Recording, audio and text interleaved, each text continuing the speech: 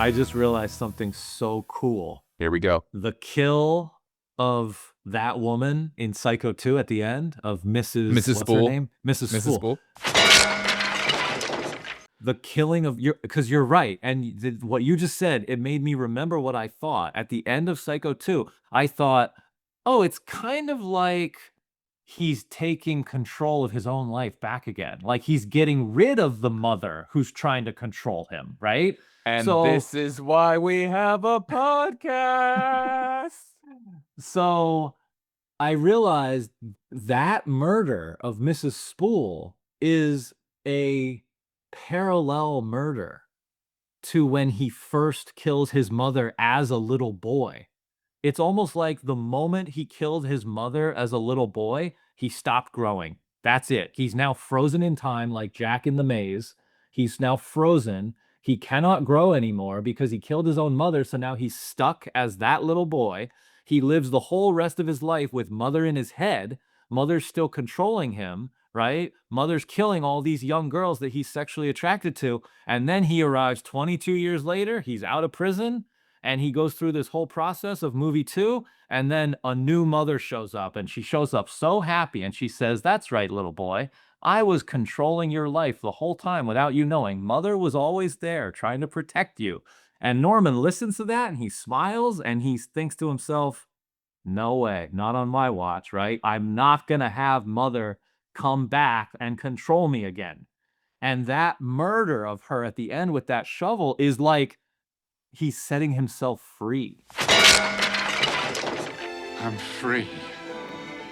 So he's not actually going back to becoming the murderer. That's actually his growth. And that's the opening of the podcast. That's brilliant. They don't chase clout, they just chase the lore. Dig scenes that the mainstream ignores. Where light fights dark in a fabled war. Yeah, the truth gets told when the movie's born. I'm the break in the flicker, the cut in the edit. The blade through the credits, a frame they embedded. Light in the distance, persistence poetic. The dark is a prison, I brighten with aesthetic.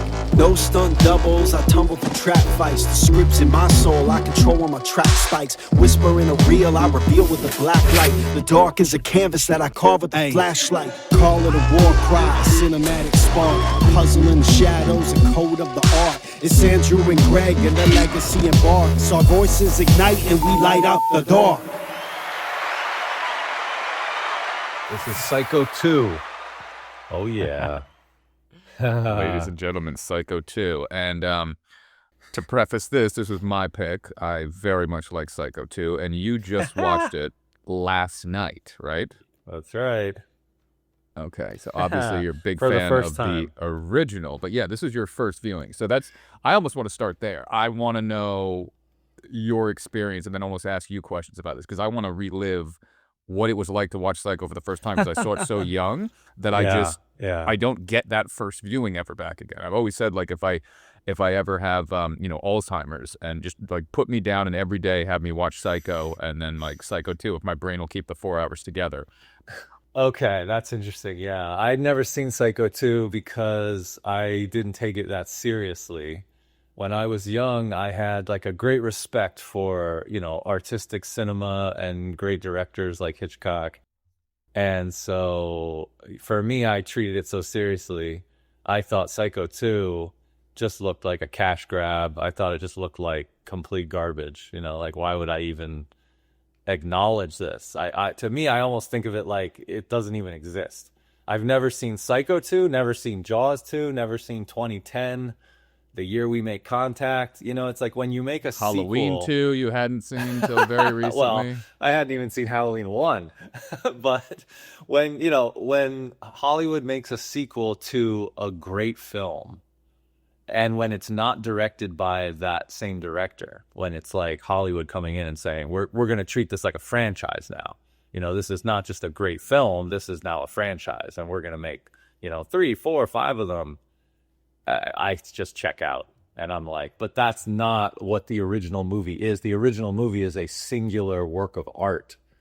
And, I don't take that as like the business of Hollywood. I don't see it that way. To me, it kind of transcends. And it's like, yes, I know if you work in Hollywood, of course, it's like it's an opportunity to make money. But as a young viewer, especially when I was younger, I wanted to take it, as seriously as possible. So I like filtered everything through that in my mind. And so there were a lot of movies like that I just didn't watch. I just refused. I would just say, I'm No gonna time for pretend. these Yeah, shenanigans. it's like I'm gonna pretend like it doesn't even exist. It's like I want to wipe it off the face of the earth, essentially. So without even seeing it, it's like I almost like don't even believe it has a right to exist. I'm like that shouldn't even exist. So I'm going to treat it like it doesn't even exist. I had no interest. I was like, why would I even watch this? I'm like, if I want to watch Psycho, I'll watch Psycho. It's like Psycho's a masterpiece. By the way, my favorite Hitchcock movie. Oh, yes. Oh, yeah. 100%. Yeah. Yeah. So I love Psycho. So, and I just thought, how could anybody come in and make a sequel? If it's not Strangers on a Hitchcock. Train. Do you like Strangers on a Train? Because I think I have that one on the list, and I started watching that again last night. I've watched it a million times, but do we have that one on the list? Do you know? Yeah, you have it on the list. That was a Okay. Hitchcock I came to later. I've only seen it once. I never loved that movie. I avoided it for many years. Just I don't know, for whatever reason, it just never grabbed me. Like I was like, I gotta watch this one. So I watched all his other movies. Didn't watch that one for a very long time. Watched it later. Only seen it one time in my whole life. So I don't even really have a Interesting. memory of it. Hitchcock's Yeah. daughter has a big part in that movie, and she's also at the beginning of Psycho. She's the, Right. the Works clerk in the girl bank. there. Yeah, she's going, he was flirting Okay. with you. But she's got a Right. big role in Strangers on a Train. Okay, yeah. You like that one. Oh, I love it. Yeah. Okay, yeah, you like that one. Okay, yeah, that's interesting. Yeah, you have that on the list. I know that's one that you've mentioned a few times. So yeah, you like that one. I know that's a classic. Yeah, that was never the one that I gravitated to. I liked a few of his films when I was younger, but Psycho to me was always like the one. It was the best. Yeah. It was the Yeah. North by Northwest I watched a lot. Strangers on a Train, I really liked the plot, the premise. I watched it a lot, but Psycho was always number one. It was forget about it. That run that he had in the late 50s into the early 60s. Forget about it. Yeah. No it's directors touches that. Like it's unbelievable. Right. Yeah. He had Rear Window. I mean, depends how far you want to go back, but he had Dial M for Murder in 1953. Love it. It was basically a 10-year period from 53 to 63 because 53 was Dial M for Murder. Then he did Rear Window. Then he had there were a few other movies in there. He had The Wrong Man. He had the Trouble with Harry, I think. So he had a few other movies in the mid 50s. But going into the late 50s, you have Vertigo. Then you have North by Northwest. Then Psycho. Then The Birds.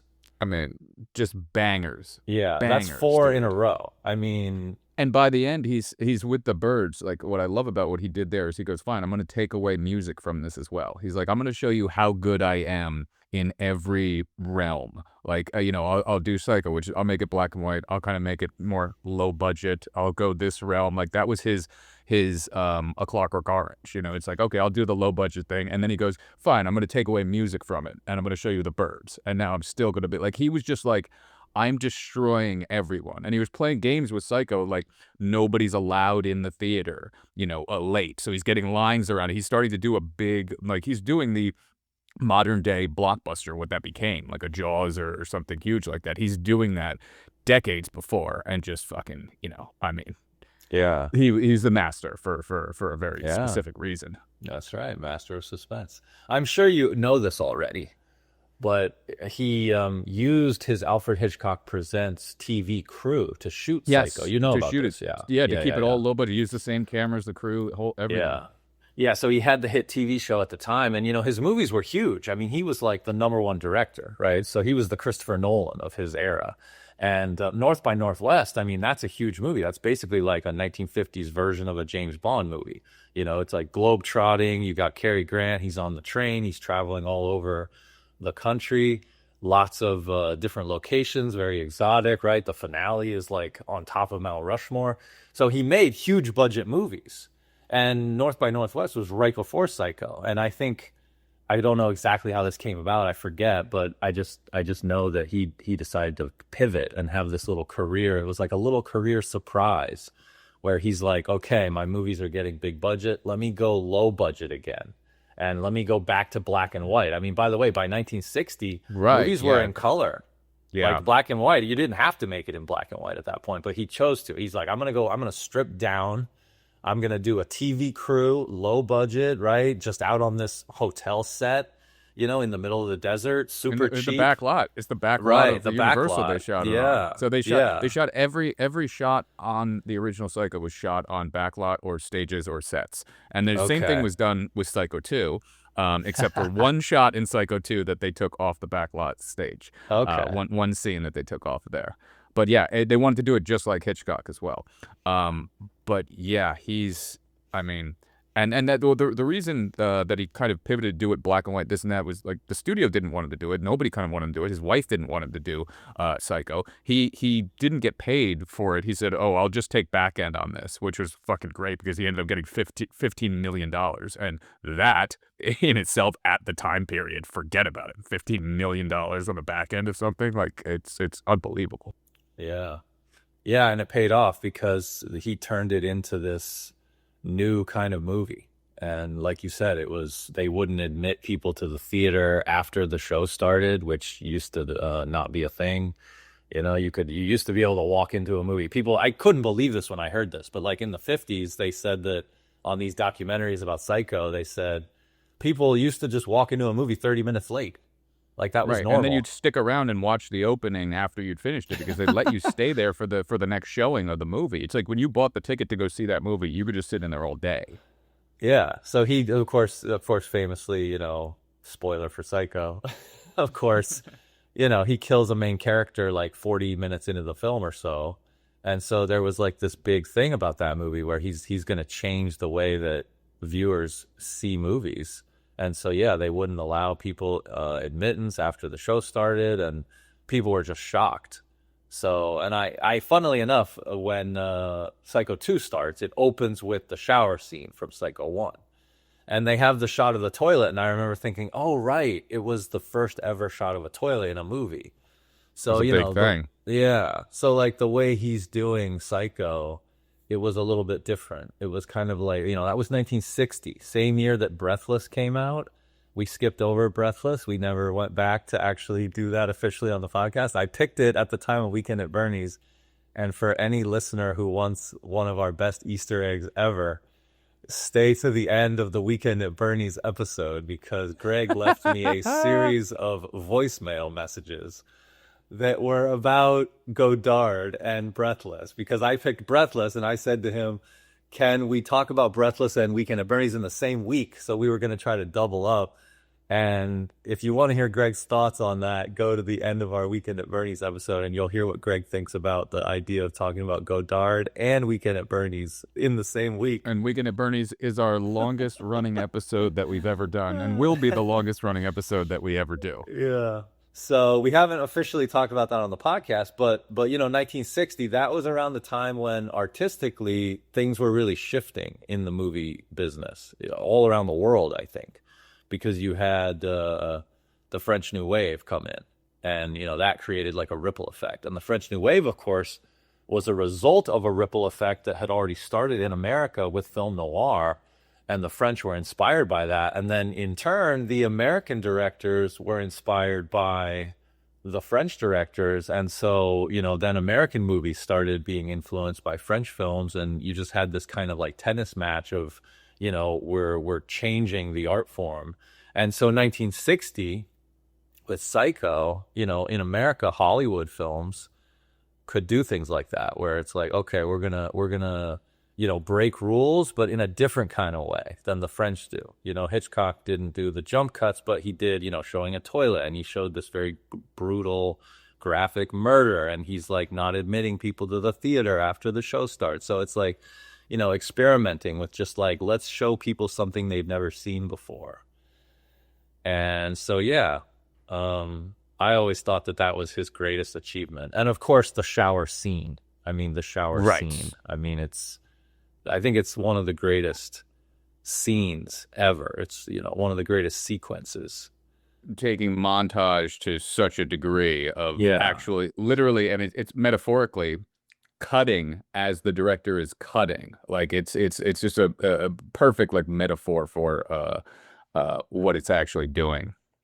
As a filmmaker, to me, I'm jealous. That's one of those scenes that like makes me mad as a fellow filmmaker where I'm like, it's so good. You're just like, I'm just mad because I'm like, that idea of every cut is a cut. Every time the edit cuts, she's being cut with the knife. So it always cuts away. So the cuts are cuts. So you're just like, oh my God, as a filmmaker, that's genius. I mean, that's exciting. That like, you know, It's so good, yeah, and just on a it's creative level. Yeah. yeah, yeah, go for it.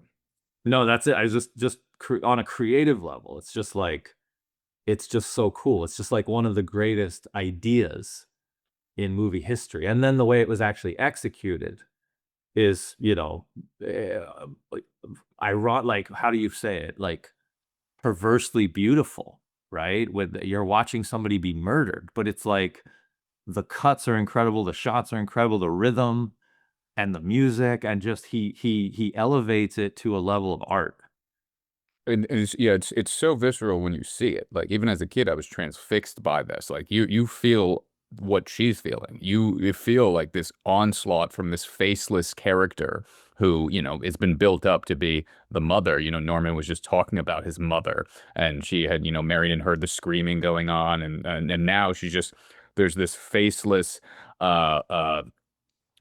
well, darkly lit woman just stabbing you in the most vulnerable place that you are. You're naked and you're completely wet, and you're in a shower. Where are you more vulnerable than that? And now somebody's entering your private space and with a knife, just destroying you. Like, it's a perfect suspenseful, nightmarish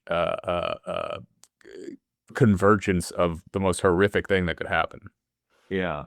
When I was a teenager watching that movie, I remember thinking that the genius of the location of choosing it to be the shower, and she gets naked, and you pull that bath curtain, and you feel this protection in the shower. You feel like, yes, you're naked, you're vulnerable, but it's a private space. You close the door, right? And you're behind the curtain. And so there's this feeling of protection, and he just completely ripped that away because then, of course, Norman, the killer, pulls that curtain and it's like you're exposed, and then you get the scream and like the cut in on the mouth of the screen, and this kind of thing. And it's so yeah, I And always just that's thought that was so brilliant is what you said, the vulnerability. And the most terrifying thing to think about is, we don't see the face because, she painted the face black, underlit it, whatnot. But she, as a character, would have seen, oh my God, this is Right. Norman. This is the guy I just spent, lunch, or dinner eating with. And now he's dressed like a woman with a weird thing on his head. And her first thought might have been, been before seeing the knife, you're like, oh my God, why are you dressed like that? She screams immediately because, oh my God, the shower's just been pulled back. But that microsecond in your brain must be like, oh my God, this person is here to rape me or do something. And then immediately a second after that, you have a knife going in and out of you. And you're just, what the fuck is going on? I'm screaming. I'm realizing I'm going to die. And that's her outreach of her hand as she's, as Norman has now walked away, and she's realizing, blood is rushing out of me, water's coming over me. This is like the end, and she's just reaching out for something. Can I grasp onto something? And then pulling that curtain down, which is there's got to be a metaphor there, pulling the curtain back, pulling the curtain down, something. And that's it's actually it's the pulling the curtain on the first act of the film. She's now out of the film. She's curtains are drawn for Oh, her. She's okay. done. That's And then maybe that's mm, something new. I don't know if that's curtains. anywhere. I don't know. Yeah, It's curtains. curtains for her. Maybe that's where that comes from. I don't know. But oh no, actually, curtains comes from probably vaudeville or whatever. Some anyway. Yeah. But and you brought this up because this is how part two opens, and I think it's very important that part two opens with that because we forget the fact that back in 1983 when this came out, even though the tagline on the VHS and the posters was it's 22 years later Norman Bates is coming home, which would mean 1982. This is actually came out in 1983. But Okay. they open with that shower scene because it was so, iconic from the first. But you have to remember this wasn't the 60s, 70s up until 80s, even 83. VHS players were just starting to come around. Like people they'd heard about this or read about it or seen it in film school. If you're a film school person, they do re-releases where you could see Psycho, but it wasn't for like teenage kids in 1983. I'm sure that the majority of them had not just seen Psycho a bunch. You couldn't just have that. So reminding the audience of, let's just start with the most visceral thing from part one. And now this is the tone we're setting for Psycho 2 is like, hey, we're going to show you the most drastic turning event that happened in the original. And we're going to show you how, disturbed Norman was right from the beginning of this thing. Like this character that you're now going to follow in part 2, don't forget, this character did this. And that's the tone that you're setting right off the beginning of that. And then you get introduced to the real Norman in, this My Cousin Vinny type courtroom sequence there. And you're getting all the main characters are starting to come back. You're like, oh, this is the, Lila Loomis, traditionally was Lila Crane. And now you're getting her back in there. Aren't they going to release a homicidal maniac? And you get to now see Norman. You get to see this softer side of him. And I think the greatest thing about this movie is his performance to me is so good throughout it because you really feel for this guy. You're sitting there watching the whole film. I want to get your reaction to the whole thing, but the staging of the opening of this movie is what I love about it. Yeah. Yeah, I thought the opening was very bold because just without ever seeing Psycho 2, by the way, it was my first viewing of it. And so I turned it on and it starts with one of the greatest scenes in movie history, shot by Alfred Hitchcock, Sir Alfred Hitchcock, you know, one of the greatest filmmakers to ever live. And this is how you're opening your film. And then you have to make an entire movie after that that's going to live up to what you're showing the audience at the beginning here.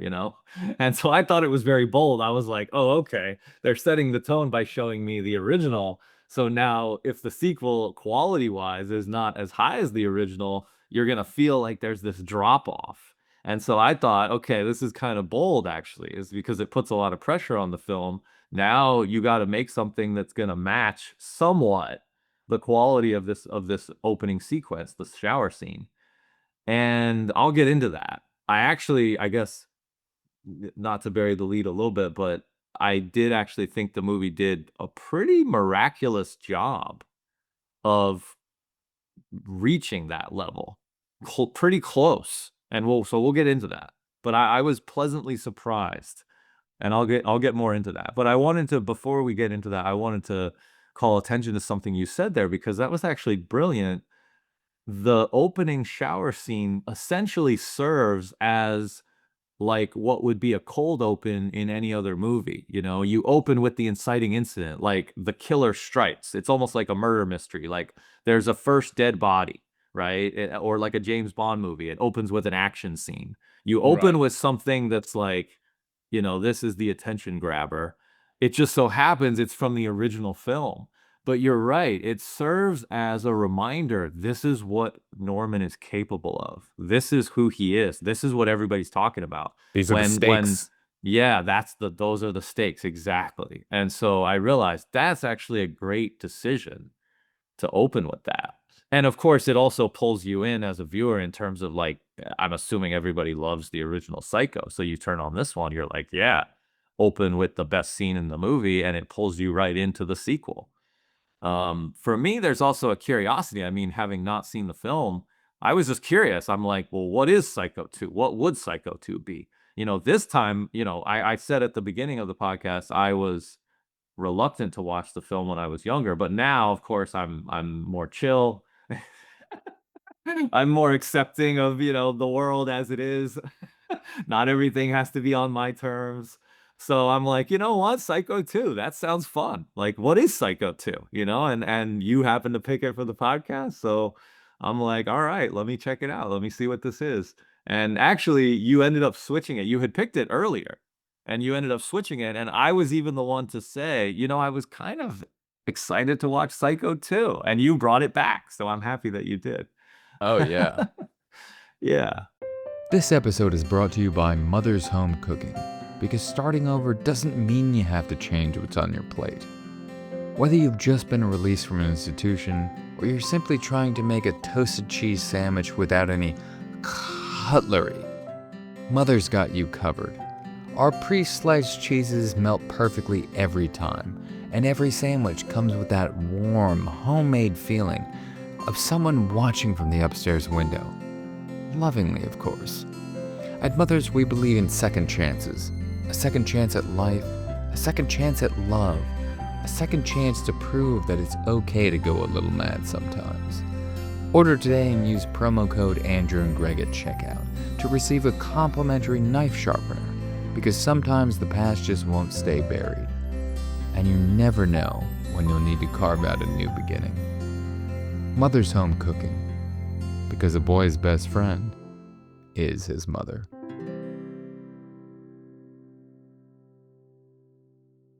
So what was your I mean, the opening, they start with the opening, but then it does an amazing job just visually of transitioning out the window. And they have like a matte cut that happens when it's going um out of the shower and then over to the newspaper. And then I believe there's another one right out the window, because the window there, when it goes out, it's matching the exact look of the original, but now you're going to hold in the shot and it's going to turn to color, and the trees don't move within the dissolve of it coming up to color. So that is now going, the transition from, hey, it is a great visual transition from, hey, that was Hitchcock's Psycho, and I'm bridging the gap, and now you're going to hold in the shot as the credits are coming over it. We have new different music. You know, we're not starting with like bum bum bum bum diddle it diddle it diddle it Right. diddle it diddle it diddle. We're not doing that. We're have this other piano type music that's here. It's like, okay.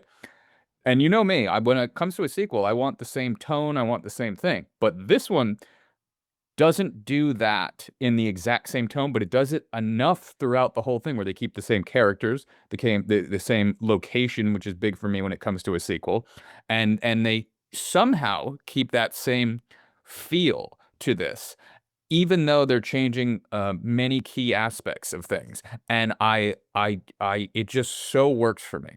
I love it. But that transition from black and white into color and holding on the house, which is so iconic, is a great bridging the gap. And you do get used to that over like the minute and a half of just these credits rolling and this music going like, oh, okay, I'm transitioning from Psycho to Psycho 2. Yeah. Psycho in color. That was one of the first ideas when I played the movie. It starts in black and white with the original film, and then it goes into color. And I started realizing, oh, this is kind of fun, because I'm like, what does Psycho in color look like? Like, that's cool. I've never seen the Bates Motel in color, you know? And I'll give the movie credit. I think that the premise is kind of fun. I think right away it kind of hooked me a little bit, this idea, because you had told me the tagline, which is what again? It's 22 years later and Norman Bates is coming home.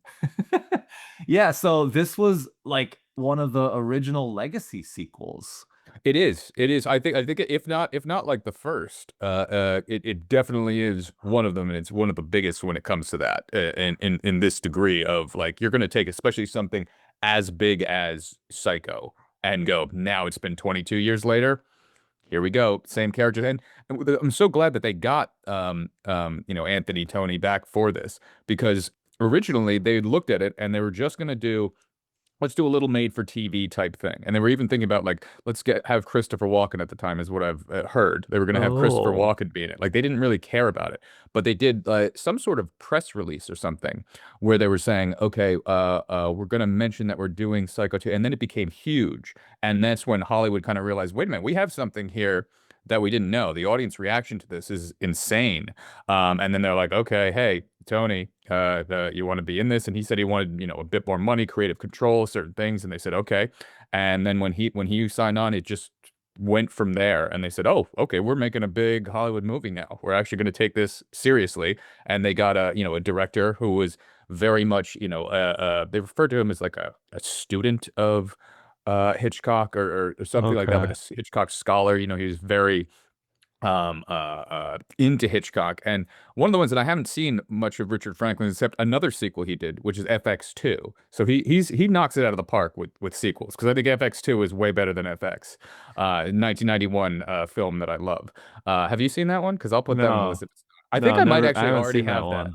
I might have that somewhere on the list. If not, it's Okay. going on. We can But add the it. interesting part is he directed a movie that I haven't seen, called Road Games. in 1981, and apparently Jamie Lee Curtis was in that.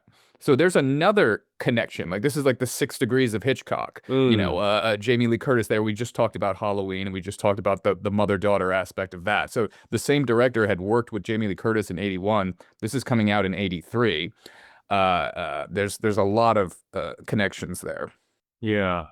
I'm so glad that Anthony Perkins came back and played Norman Bates again, because I feel like that gives it the credibility. You feel like you're still watching Psycho. You do. You feel like you're Yes. watching Psycho 22 years later. You know, it's like, what does that look like? Because it's now the early 80s. You have a movie that's 22 years old, and it's one of the greatest films. It's a classic. You know, it's etched in everybody's memory. And now coming back, you know, bringing that character back and saying, okay, it's been 22 years. What if Norman Bates is 22 years older? You know, where is he now? And what is his life like now? And so to bring back Anthony Perkins, I mean, he's so associated with that role. You know, Right. it's his one role. It's his Christopher Reeve The Superman. thing he could never escape. Yeah, exactly. And but you know, to see him come back, it just you feel like you're watching Norman Bates. And he's so good and he's so singular. There's nobody like Anthony Perkins, and particularly in this role as Norman Bates. I don't think anybody can really be Norman Bates the way that he is, you know, in the mind of the audience, right? Yeah. Like if we were to watch Christopher Walken, I don't, you know, nothing again. I'm sure an actor, you can play the role, but to an audience, will you feel like that's the same character from No, what was Psycho, he's gonna right? be? "Nah, I don't have any cutlery." Like, I mean, what's he gonna be doing? You know, it's Wow, okay. I didn't expect that. We're going into Christopher Walken. I love that. yeah. I mean, Mother, wow, mommy. the blood. Nothing but love, Chris. Nothing but love. Uh, so yeah, I mean Anthony Perkins, he's great. And you mentioned the directing. Okay, so this is we can get into this. Okay. It was amazing. I mean, I give this movie tons of credit. I'll tell you, like, it brought me in. It's in color. It's 22 years later. You got Anthony Perkins as Norman Bates. You're on the same stage, right? The same back lot, same house, you know, and it's still there on Universal Studios. You and I have been on the tour, right? We've seen the house. They have it sitting up there on the hill, and you drive the little cart, and they're like, there's the Psycho house. And you look up and you're like, whoa, it's the Right. Psycho house up on the hill. And I'll just say one annoying thing about that aspect of it is this between 1960 and this one, they had taken down the house because it's just three Oh, panels okay. that's sitting there. So they had taken it down. They had to rebuild it, and they rebuilt it still in the back lot, but in a different area for this next one here. From what I heard, there's that guy, the angry video game nerd guy on YouTube or whatever, angry Nintendo nerd. Mm, He does like no. interesting horror film like reviews and stuff. He did like the most Okay. in-depth what happened to the Psycho house on the back lot, and part of the top of the house ended up becoming part of one of the houses on one of the streets that had something to do with like the Munsters TV show, or it had come from something weird. Like he went through the whole lineage of the whole thing. But I believe, if I'm remembering correctly, they did move the original Psycho house to where Psycho 2 ended up happening. And I'm not sure if even the new one now that we see is in another slightly different area from it. I got to look back at his thing because he did like a 25-minute retrospective of what happened, the movements of the site. It's so entertaining for me to watch as like as a fan. I'll find that and send it to you after. But yes, I Okay. know what you mean. The iconic thing from the viewer's perspective of watching this, this is the house. Like it looks the same. Everything about it. The only thing that's different about it, which I always noticed as a kid that pissed me off, in the bottom right-hand corner, if you look at the house from the front, in this movie, there's a window there. In the first one, when she's climbing up to go, into the basement to see Mrs. Bates, you see the house from the front as the carriage is walking up towards it, and in the bottom right, there is no window. So I was always looking at this, going, "What happened? Why is there a window there?" And when they threw Norman, like, did somebody come up and be like, "Let's put a window in here"? Like as a kid, I was like, "There's something slightly off." But besides that, everything else is identical. We get to see more of the interior of the house here. There's only one shot of the Yeah. kitchen in the original Psycho. Maybe Dennis Franz added a window. Yep, I could see it. I could see it. Yeah. He's going up there. I mean, he definitely would have been sleeping up in that house, doing whatever he wanted to. If you run out of rooms down there to have people fucking, he'd be like, yeah, just go up to the house. Yeah. Anyway, sorry, I cut you off. No, no, yes, I went on a tangent there because I always Oh, loved the okay. Psycho house. The house Right, to me right, is like right. when I was a kid, I wanted to own the Jaws boat, I wanted to own a mall, and I wanted to own the Psycho house and the motel below it. Like those were things. Right, And right. Back to the Future And the DeLorean. and the Weekend at Bernie's house. Oh, 100%. Yeah, yeah, that too. This is still all on my bucket list. You know, Right. as the money Yeah. keeps rolling in from Yeah. this podcast, like I'm gonna start building these things. Nice, yeah. Yeah, so right at the beginning of the movie, you get all these familiar elements. You know, you have Anthony Perkins, you have the house, and it's in color. And so to me, it was really fun. And then the quality of the directing is remarkably high. For what this is, I was like absolutely shocked.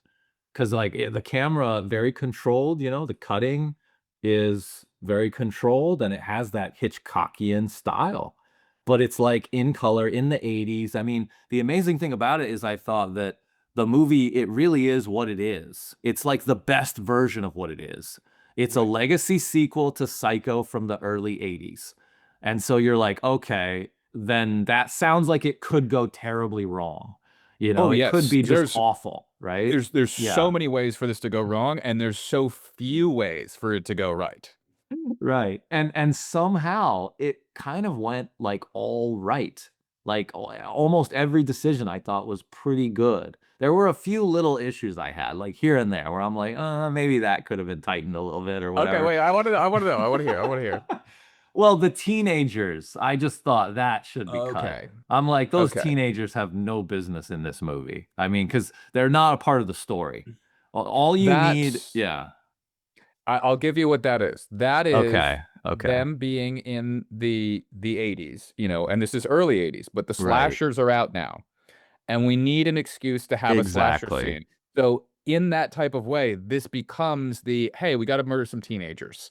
We got to get this done. Now, Exactly. I Yeah. do think in the entire series of my second most terrifying, if not the first most terrifying shot to me is within that sequence. It's the Okay. handheld be over the shoulder shot of the knife is up and walking towards the kid. The shot lasts less than 1 second, but that visceralness of feeling like you are now the murderer right behind, and this kid is about to be stabbed, and it's doing the Hitchcock, you know, cut to his feet. They're slipping with the little logs as he's trying to get out of the thing, and but that one shot behind, and then there's one more in Psycho 3. Um, that we'll talk about when and if we get there, because I'm sure that you're going to get the bug and you're going to be like, now I kind of want to see Psycho 3. It takes a different turn to let you know. It's a very Oh, different movie. Anthony Perkins wow. directed Psycho 3. And then part 4 actually became a made-for-TV movie. So there's a Okay. whole yeah. But Well, anyway, funnily we'll leave enough, that. now I would expect Psycho 3 to live up to Psycho 2 in the same way that I expected 2 to live up to the original. Well, now Yeah. you be prepared for disappointment, my friend. Yeah. Yeah. So, Well, we were talking about the problems that you had with it, the teenagers in the basement. That's one of the the little teen tweaks. yes, Yeah. I noticed the 80s thing. I thought that. I was like, the only reason this is here is because we're in the era of Halloween and Friday the 13th. And so they need teenagers sneaking in to have sex, and then they get killed by the killer who kills the teenagers who have sex. And they turned Psycho into like a teenage slasher. A little slasher And film. yeah, Yeah. I didn't like that. So that's where I thought, okay, now you're veering away from what Psycho is because you're not really staying in the mold of the original film. And I thought that the entire rest of Psycho 2 was in the mold of the original film. I was amazed, you know, Right. because it has all those qualities that you talk about. We've talked about sequels before, maybe even off the recording. And you have a great criteria for what makes a great sequel. You want to Right. say that again for Well, I was kind for of me and the mentioning listeners? yeah, I was kind of mentioning here Psycho 2 does do that, but it also breaks it. It gives me Mm. the same characters. But normally I want like Back to the Future Part 2 or something like that, where it's like here's kind of the same movie and you're kind of doing the same thing and all the same characters and everything. This one's not doing the same movie. It's very interesting. It's giving you the locations and the characters and everything else there, but this becomes an insular story about Norman. Mm. But we're almost seeing Psycho kind of weirdly backwards and almost a strange origin story because now when it starts from the beginning, he's no longer crazy. And by the end of the movie, when Mother's back up in the window and he stands out there, that's his reveal of everything's back to normal. This is your superhero coming back. It's back to the way it was where Hitchcock, had introduced you to Norman Bates. Mom's in the window and he's out there standing up there going, "Yep, all back to normal. I'm totally off my fucking rocker and mom's in the window." And that's your superhero. Dude, I thought of that. I was like, this is bizarre. It's like a sequel that's an origin story. Yes. It's like, how did Norman become Norman, but how did he become Norman again? It's like he stopped being Norman Bates and then he became Norman Bates again. And I actually loved that. I thought that was very fun. And so, yeah, now we're kind of jumping into like the end of the We movie, jump, but but yeah, let me yeah, let me get let yeah. me get this because I want to know because the kids in the basement are killed for the specific reason that at that point he's quote unquote locked in the attic, right? So I want to know where your mindset was. What were you thinking? Were you thinking, "Oh wow, Norman is somehow killing these people. Who else is killing these people? Who did you think that woman in the basement was?" This is why I want to review the Okay, movie through yeah. your eyes. Like, what were you feeling? What was happening there? Did you start feeling this is a ghost story? Like, who was doing these murders? That's one of my favorite elements of the movie because I didn't know. The movie was genuinely ahead of me and it was surprising me. And so I gave it a lot of respect because I thought, okay, this actually has real twists and turns. Like, I have no idea what's going to happen next. And I thought, this must be how people felt when they watched the original Psycho in 1960. You don't know who the killer is. You're like, what's going on here? And it's this mystery and you're really in suspense and you're waiting to find out. And so I didn't know. At first I thought it was Norman. At first I was like, oh, Norman's just gone crazy again. Like he's just killing again. So you thought right from the beginning, right from Mr. Toomey, when he has that "I want you out of Yeah. here tomorrow," then you get to see the feet coming in and going, and you're just like, "Oh, Norman's back. Norman's killing. Got it. Okay, we Yeah. got Yeah. Norman went crazy real quick on this one." You're just like, because it has to be at that point. You're not thinking who else is dressing up like Yeah. a mother to do this. Like that kill is okay. Norman's crazy, but then as you keep watching it though, you're just like you're looking at him, you're looking at his performance, you're feeling bad for him, and you're like, really, is he crazy? Like what's like there's that dynamic is done really well. The way that you just said it, the film's ahead of me, but you have trust in the directing and you have trust in all the Mhm. performances that you're in on it. You're with it. You're not like, "Oh, I'm falling out. That doesn't make sense." You're sitting there going like, something's going on here. And it's gonna be made clear to me. The moment the movie really got me was in the middle. There was a scene about halfway or two-thirds of the way through where it was Vera Miles, the mother, and then Mary, the younger woman. And they have a scene where the mother actually just says, like, "We're trying to drive him crazy again. We're trying to Right. send him Okay. back That's to the." that's when they're in And the they're in yeah, they're in the back parlor area of the yes, hotel. That's the reveal. That's when you finally have at least yes. the first part of the reveal of you go, "Oh, okay. They've been trying to drive him crazy. They're in on it." And that's a big yeah, talk about But that because I haven't felt that moment in a long but time. up until that point, I was thinking, "Oh, I think it's that woman." I think Vera Miles is like orchestrating this whole thing. So I had figured that much out at least. I was like, she's suspicious. Something's up with her. Did you And think but she could have killed Toomey? Like, was there a part of you thinking yeah, before that yes. reveal she could have been Yes, Toomey killer? exactly. Exactly. So I was And she's just gonna thinking, frame. She's basically gonna frame Norman by doing that. Right. yeah, Okay. Hazel and I were watching together, and I turned to her. I was like, I think it's the older woman, the sister of Marion's sister. She hates Norman so much. I think she's trying to frame him. And the movie got me with that scene because then the movie just says that to you. The movie's like, we're trying Right. to frame him. And I'm like, well, wait a minute. That Now means that, you are killing. but that can't be your twist at the end. So Right, I'm like, I right. thought I had guessed the twist, but see, that's why I said the movie's ahead of me because the movie's like, we know you're thinking that.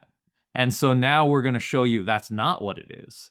And so now I'm sitting there like, well, then what is it? And I don't know. And I was trying to think, I'm like, and hey, so for the whole second half of the film, Hazel and I were trying to figure out, what's really going on? And we were like throwing out theories to each other. I was like, is it supernatural? Is the ghost of the mother coming back? Has Norman just snapped? Has he gone crazy again? And we were trying to guess. And then what It's it ends up really being, good to hear that, it yeah. completely got me. I had no idea. When that woman comes in at the very end and she's Mrs. like, I'm, Spool. Mrs. yeah. Spool. And she's like, I'm your real mother. I was like, oh, this is genius. Because I thought the writers of the movie found a way to bring Norman's mother back. You know, it's like the Right. mother's dead, but no, she's not. She's back. Like Norman's got his mother again. And I thought, this is great. I love this. And that really brings it back to Ed Gein, who, the whole original Psycho is based on. Now, he didn't have his actual mother's body. He would dig up other corpses and wear their skin and pretend that they were his mother. So Oh, okay. he I he didn't had know that that. aspect. So now this is Norman going, oh, okay, it's not my mother, but it's my real mother. You know what I mean? Like he's got get her up in that window. Let's stuff her. Okay. Yeah. Yeah, so I mean the movie was just fun like the whole way through. It had all these twists and turns and going back to the sequel thing, I just felt like for what it is, again, for a legacy sequel to Psycho in the early 80s, it stayed miraculously true to the original because it has all those qualities that you talk about. You want a sequel to be similar but different, right? It needs to Right. be different enough to justify watching a whole other film, but it needs to be similar enough where you feel like you're still in the world of the first movie, you're enjoying it in the same way that you enjoyed the first movie. So that's a really tough tightrope to walk. And this one, the approach was there's a few things that were different, like we mentioned the color and of course the time period, but it brings Norman into this later stage of his life. And so he's working at this diner, he ends up befriending this woman, Mary, and that's the beginning of the movie as it draws you into this story where I thought it did also a remarkably good job at essentially setting the same premise as Psycho 1. I mean, it's Norman Bates. He runs a hotel. A woman is kind of helpless and needs a place to stay, and he offers her help, and he kind of They tends to tease her. the shower scene again. They tease Right. the peeping hole. They have he make Exactly. the whole thing with because I'll just draw the connections on there. Is the whole thing with the sandwiches that he made in the 1960s one that he made. What do? They first go up to his kitchen in the house and they make sandwiches. They're eating sandwiches there Okay. again. The same thing in there's one line in the original Psycho where he goes, "Well, there's a diner about 10 miles up the road."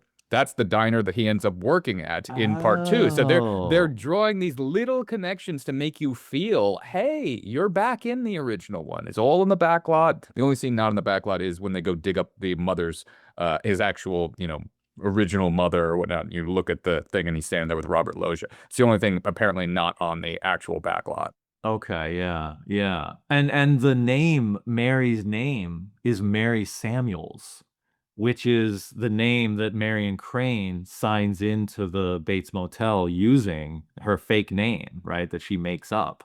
And when they said Mary Samuels, I thought, wait a minute, that doesn't make sense. I'm like, what are the odds that he meets a woman coming out of prison who has the exact same name as the name that Marion Crane wrote down on the hotel book. And I Yep. thought that's too much of a stretch. Well, but then Hazel's too smart. Then she just turns to me, she goes, "Well, it's a fake name." And I was like, "Oh, okay." And so again, the movie just has all these little elements where it's like, "What's going on here?" So it's Yeah. actually a pretty good mystery. It was like very fun. And it was interesting to see that the thing with the names, like the Lila Loomis, Lila Crane type thing, it was interesting to see that the lineage that we didn't get to see of her marrying Sam.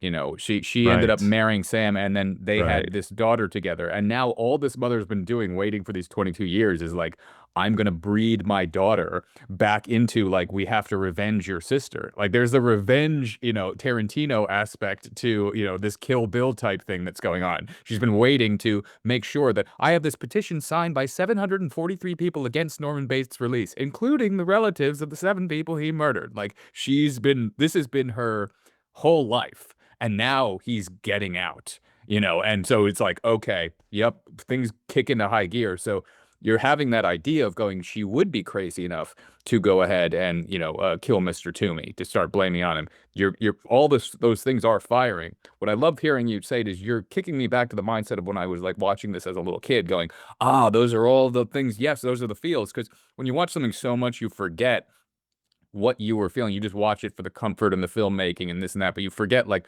where was my mindset the first time watching it? So I'm very much enjoying this Yeah. conversation for seeing that, especially you just seeing it for the very first time last night. Yeah. Yeah, the movie did a great job of the thing that mysteries do well, which is to throw you off, give you red herrings, set everything up in front of your face, and then give you the magic trick. And then you don't notice how the trick is done. So they show you that Mrs. What's her name at the diner? Spool. Yeah, no, okay. So they show you Mrs. Spool at the beginning of the movie, but she's in it so briefly. As a viewer, I didn't think anything of it. I'm just like, oh, it's the old lady who runs the diner. I Okay, think sure. it's very Christian to forgive and forget, don't you? Right, So do I. exactly. Yeah, and I didn't think anything of that scene. I was just like, oh, okay, yeah, Norma's getting a job at the diner. Okay. So it's like right there, boom, the movie got me because I didn't think anything. And then at the end it comes back and it completely blindsided me. So yeah, they did a good job. It's like they weave me through all of the things I think it might be, and it turns out to be something that I never guessed. So yeah, Yeah, it was and very, very on fun. repeat viewings, there's fun little things. There's nothing to ever give away in this spool, but there's a few things like when Mary comes by and knocks over the pie plate, and Norman takes blame for it. It wasn't her fault, Mr. Sattler. It was me. I did it. You get to see in the background Mrs. Spool noticing, oh, my nice little boy, he's Oh. protecting this thing. It comes back at the end. When I tried to see what they were doing to my poor little boy, I couldn't stand it. Like, she's the watching mother aspect. Now, in the lineage of this, there will be something interesting that I can't talk about, but it is a Psycho 3 thing that happens here. So you're gonna have to potentially watch that at one point to kind of get the whole lineage of this. I'm just kind of throwing that out there for any other crazy Psycho fans who have seen all of these, but most people don't. Most people just see the original. Some people see 2. Very few go 3 and 4. Right, yeah. Well, at the end of this one, because this one takes him essentially back to the beginning, but in a fun way, Right. because he's older, the mother's a different mother. So it kind of, it kind of took like the sandbox and kind of shook it up a little bit. And it's like the sand fell in the same spot, but it's like just rearranged just enough where you kind of freshened it up a little bit. Right. And so now you have this older Norman, and essentially he's back. It's like, okay, crazy Norman Bates is back. And so that made me want to watch movie 3 because I'm like, okay, 3 starts pretty much right there. I'll give you that. It does start there. The tone, okay, massively different. There's okay. aspects of it that are so 1980s cheesy and weird, but then there's other aspects are like some of the killings are like this. How do you say the word? The Italian word giallo or whatever the fuck. I always forget that What word. is that? I don't know. Yeah, it's What is it? uh giallo type film. Oh, It's almost like giallo films. Italian giallo films refer to a genre of stylish, violent murder mystery films that emerged in Italy in the 1960s. I've never heard that before. yeah, it's Okay. like an Argento type killing. There's a Okay, very yeah. interesting killing that happens in a phone booth in part 3 that is really good. And there are a few moments that are really good. It's just the tone is this is what I don't like about certain sequels and things. In that one, you still have Norman. You still have the interesting thing is they keep the police officer from part 2. The larger police officer Oh, dude. that's the same actor. Sheriff Hunt. Sheriff Hunt. He's in part 3. Okay. So they Okay. do keep it, and they keep it kind of from that same thing. It's only a few years later, but in the movie, it's probably couple months later. Like they don't start too far down the line, and I like that aspect of it. But Anthony Perkins did direct it, and just cinematography wise, many aspects. They have this whole like you really feel it's the Dust Bowl from the beginning. They have deep religion throughout the film, deep, deep, deep. It goes very deep in that way.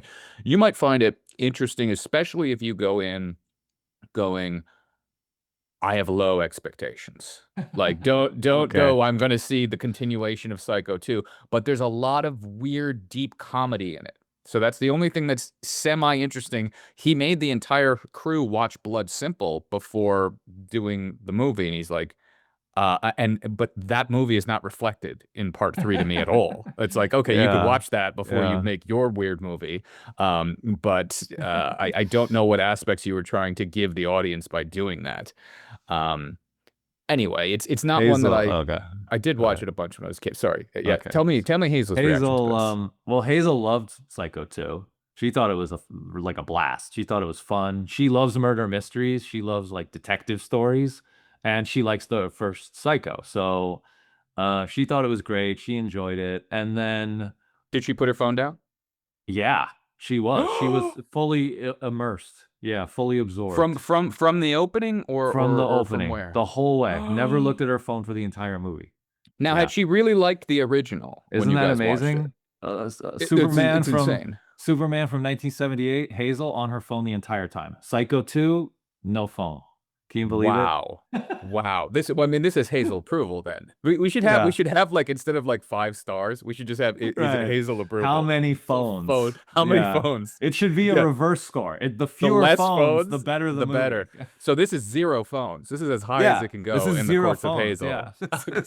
This is this is a zero phone film. Okay, Yeah, so this is Superman 1978 is 5 phones. 5 phones. Yeah. Just complete failure on the Hazel scale. Oh, we have to do the Hazel scale. We have only insiders will really get what does this Okay, mean? yeah. Because they're gonna be like everything is backwards. You and with I this. are gonna say how many phones. How Now many that- phones? I love that. Okay. So Yeah. this is a 0 phone sum zero game. phone Wow. film. And then the moment that it was over, I was curious about Psycho 3. I was like, well, this one ends with like he's back. And so I'm primed. I'm ready for Psycho 3. So we turned on the trailer for Psycho 3, and Hazel turns to me, she goes, "This doesn't look like a good movie." No. Yeah. Yeah. So you know. I don't even know if I've ever watched the trailer to it. I mean, you could just watch the opening is over black and it's should I even give it away? I don't know. Fuck I it. mean, It's a just the nun opening. screaming at the top of her lungs.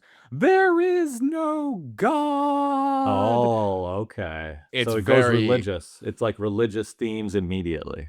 Okay. deep right away. You got Okay. people getting killed in showers, seeing Jesus and the Mother Mary and stuff like this. There's Okay. yeah. Interesting. It's going to Okay, yeah. intrigue you enough where you're going to want to watch it. That There's sounds something with kind of weird. Yeah. sawdust and stuffing birds and peanut butter that it does come at the opening where you go, okay, I see kind of some of the humorish weirdness where they're going, but Okay. Norman's just off his rocker. The second one, Psycho 2, it was funny, but in like a way where it feels like the audience is in on it. Like you're not laughing at the movie, you're laughing with the movie. It's fun. It's like it's got this kind of cheesy sort of comic relief to it. They start that with yeah. that, you know, I just came back here after being many years away and I didn't have any cutlery. You know, it's like Right. it's letting the audience get in on a joke, wherein the weird part about it is we don't know that she also gets the joke. You know what I mean? We don't know that she gets it too. And this is what I right. was always thinking as a kid when he's going, "Oh, I don't have any knives." And she goes right to the drawer and pulls it open and goes, "Ah, here you go," and puts a knife in his hand. This is a staged thing that I think of where I'm just like, oh, her and her mother have come to the house knowing he's going to come back, and we planted this knife right there. And she's, you know, weirdly giving it to him, and he's looking at it, and everything all right, Norman? Like, she's trying to do her mother's bidding right off the bat of making him go crazy. So when you really watch it through those eyes, you're watching this poor man be tortured. For 22 years, he's been brought back to sanity. And he even cries in that one scene, you know, specifically going like, she's cuddling him, which becomes a very interesting aspect to this. She's, you know, hey, we've been trying to drive him crazy. I'm now turning against this. I don't want to be doing this. I feel bad for this person. He's trying so hard to keep his sanity. And, you know, she's cuddling him and he's crying in her arms. And she's saying, just think about the good things. And he's saying, I can't. The doctors took them all away. You know, and all he has is this idea of these toasted cheese sandwiches with his mother. And that shot in that scene is so interesting how it just pulls back and it's this little room now covered with black around all of the edges, and the two of them are in his childhood room, and it looks so surreal because it's like an impossible shot. It's like on a set, and we're like pulled way back, and it's all dark, and it's like a look into the inner mind of this person, but in in the aspect of you feel really bad for this guy that you now know has, you saw him do a horrible thing in Psycho, and you saw right at the beginning he's done a horrible thing, but they make you feel so bad for him as you're watching this thing. And then when you start realizing, like, oh my God, these people are being terrible to him. Everyone's trying to fucking make him crazy. Like, he's got Mr. Toomey screaming at him, calling him a fucking, lunatic. Yes, the people at the diner are nice, but these little things that they're doing to him that are actually making him crazy. They're accomplishing their task. It's like, "Oh, you wanna see the real Norman? We're gonna get you the real Norman." And it's like the fake phone calls and, you see him fighting them off at the beginning of it. Like, "If this is you, Mr. Toomey, you're sicker than I ever was." And you see him fighting it, and he's trying to hold on to the sanity. But slowly, that superhero that you don't want to see come out.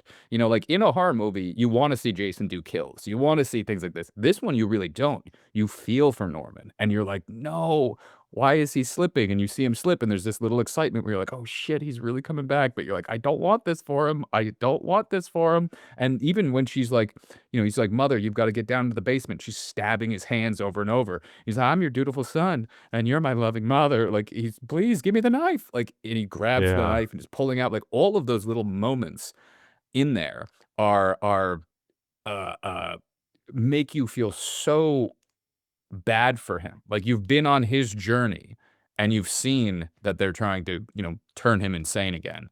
And I don't know, I just love his performance throughout the film. I feel so bad for him through all of that. Yeah. Yeah, I mean, Norman is the main character now. Psycho 1, they do the twist. It's like it starts with Marion, and Norman comes in as this kind of mystery psycho guy. And, he's really just like the killer the whole way through. And yes, he has this other side to his personality where he's kind of sweet sometimes, but, he's not really the main character of number 1. They don't like delve into him, and his psyche, and it's like you're not rooting for him. Psycho 2, you're rooting for him, you're on his side now. You like him. He's likable. He's now your main character, and he's a main character. There is a relatable aspect because he's somebody who's kind of damaged, he's broken, he's gone through this trauma, he has this past that has caused him this emotional, psychological pain, and he's scarred, but he's trying to get better. It seems like he Right. wants to get better. He does, yeah. Yeah, he doesn't want to kill. So, and there's this like multiple personality aspect where when he's regular Norman, he's like a nice, sweet guy. He's not a psycho. There's this like psychological turn where he becomes the mother. And so it is like the mother is the killer. It's just that part is locked in his brain somewhere, and he accesses that. He's like the Incredible Hulk. He like transforms, right? And he becomes a killer. It's a Jekyll and Hyde, actually, is And what it the only is, the right? only one that he kills in this movie is his quote unquote real mother. It's Mrs. Spool. Like, that's the Okay, only okay. murder that like he makes. He's been pushed so far, even at the end when they're, he didn't kill the, her mother. When the police come down, they shoot her. He's cracked at that point, and he's trying to think like, get back. I'm trying to hide you, mother. Like, it's one of the funniest lines when he's going down the stairs, like, I don't want to hurt you, mother. Like, he's really trying to like protect her and be like, yes, quick, hide, they're coming. And he's trying to like save his quote unquote mother because she's dressed like his mother. He's fucking cracked, and he doesn't kill anyone until that psychologically damages him to such a degree that, oh, Mrs. Spool comes around, and he's like, oh,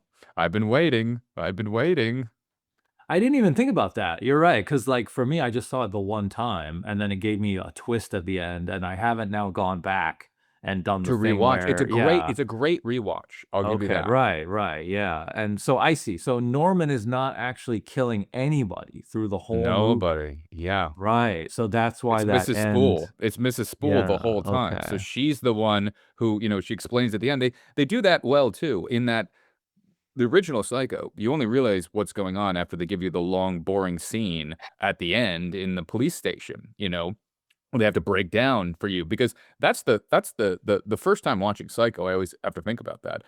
Yes, Norman's there, but you're watching it going, the mother's doing all the killing.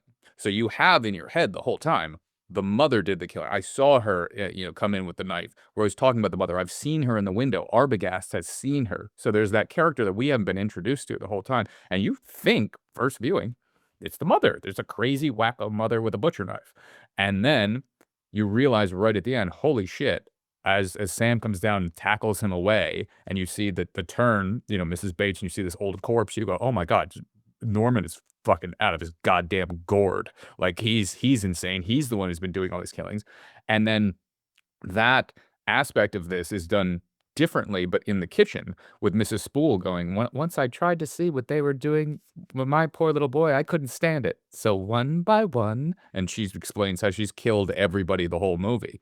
And he's just sitting there, happy, going like, "Yep, as you explain this, I poisoned your tea, and I can't wait to hit you in the back of the head with a goddamn shovel." Like, he's like, "I gotta get you up in the window, mommy." Like, he's Right. cracked at that point. He's off his hinges, and he's back. Yeah. Yeah, in a weird way, it worked, right? Like what's her name? Lori or the Loomis, the sister, Marion's Oh, sister, Lila Loomis. Lila. Yeah, Yeah, yeah. what Lila and Mary have been trying to do the whole movie. Oh, you accomplished Actually, it. yeah, it Yeah. actually did work because it's like he just can't handle it. Um, I thought that at the very beginning of the movie, it was interesting immediately because he's in the courtroom and they say, "Okay, Norman, you're released, right? It's 22 years later. We're letting you out for good behavior." And he seems like a nice enough guy, right? He seems kind of harmless, like the way that they end the first movie, right? I wouldn't hurt a fly. He's such a sympathetic character, and I think so much of that comes from Tony himself. Like, he Yes. seems that way. You just feel that Yes. from him. He has this like softness and this vulnerability. You feel like there's a good heart underneath there. Like you feel like he's a secret sweetheart. Like he's a good person. It's just he's a victim of circumstance. He just happened to have this weird family, this terrible mother, probably like an abusive past to some degree. I don't know if we 100% know exactly what happened to him. Psycho 4 will give you the Okay. entire Oh, right. backstory. Psycho 4. I saw the subtitles called Psycho 4, The Beginning. Yeah, Okay. that's the real quote unquote origin story, and Okay. they give you Okay. everything in that. Okay, yeah, because in this one, he says, "Well, my mother went crazy, so I had to poison her," and I was like, "That sounds like it's your version of the story. That doesn't sound like the real version."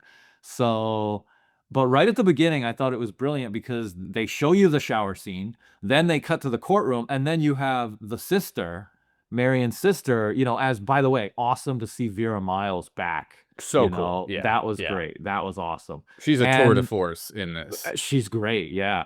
And then she comes in and she's screaming and she's like, "How could you let him free, right? Do you know what he did? And he's gonna kill again." And they set it up. He's gonna do it again. And so immediately it's like, okay, built up the suspense. So now I'm just waiting. And I was agreeing. I was thinking the same thing. I was like, yeah, what are these people doing? They're letting out this serial killer. Like, why would they do that? And so, And they give him a job at a diner, and he's sitting there oh, being like, oh, "Yeah, of yeah, course they'd give me." He's like, you think they'd give me a job at a diner, would they? It's like, of course I'm better. they give him a job where his job is to be around knives all day. I Knives mean, all day, and he poisoned his mother. Of course, he could just bring in this and put right, it in right. anybody's food or Yeah, yeah. drink. Yeah, exactly. Give him a job serving food. Yeah, he couldn't like work in a grocery store, No, he has to cut food in a I think kitchen what with it a that's knife. one of the charms. It's one of the charms that kind of gets. I think at the time there was, recidivism, things like that. When you're coming out of prison or whatnot, convicts would kind of go into food service or whatnot. But it does show they pull off a charm to the fact of like the diner owner allowing him to kind of come in there. There's that small town feel that I like that they set up with Mrs. Spool. Kind of like Norman's our, he's our He's the legend in our town town of crazy. be he's the Yeah. town crazy and he's done well, and that you just feel like there's been newspaper reports and this and that, and they set up Lila as the crazy one. They set up her as the A screaming little lunatic, bit, and yeah. Norman looks like he's you know, doesn't even argue for himself. His doctor, Dr. Raymond, is the one going like, Norman was never convicted of murder, and this is it. She's like, that is legal hocus pocus. And yeah, when he murders again, you will be directly responsible. But you have this sympathy for him, and the town gives him that little sympathy, at least from what we see. We never really see the town, but we see the people at the diner. Besides Mr. Toomey, like anybody who's against Norman is really, you know, over the top against Norman. And everyone else kind of, well, I guess there is the one other waitress who is kind of against Norman there as well. She's giving a little bit of looks. I forget what her name is. Okay. I But forget that she's actually. yeah, she's the one being like, "Are you gonna take care of these orders?" Or, you know, she's Oh, learning the yes, wheel. the She's a little older snappy. woman, Well, right? she's Is not that too old. it? She's not She's maybe older? Okay, I 30, forget. she's 30, Oh, okay, I 35 or something forget. like that. She's on the same level as Mary. She's Okay. Mary's like employee who or co-employee Mm, who serves, but she's snappy with him at like him trying to figure out the wheel, you know, on his first okay. day. But besides that, you know, the diner manager guy, like him entering into that little community in that little diner has the feeling of like, okay, he's our town crazy. We're trying to give him a second chance. And certain people are really against that, and certain other people aren't. And him fighting for that sanity is what I always relate to each time. Yeah, I agree. That really is the pull at the beginning. Is this it's like a ticking time bomb. It's like when is Norman gonna snap? And you're kind of waiting for it, right? And he's fighting it and he knows it.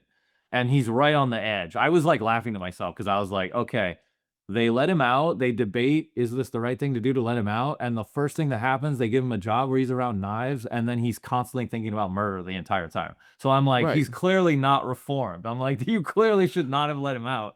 Well, Like think about how bad this is though. Think about what happens from him the moment they pull up to his house, right? The moment he looks up to the window. Now this is oh yeah, you know, right. Lila's up there in the window or Mary's up there in the window moving the curtain.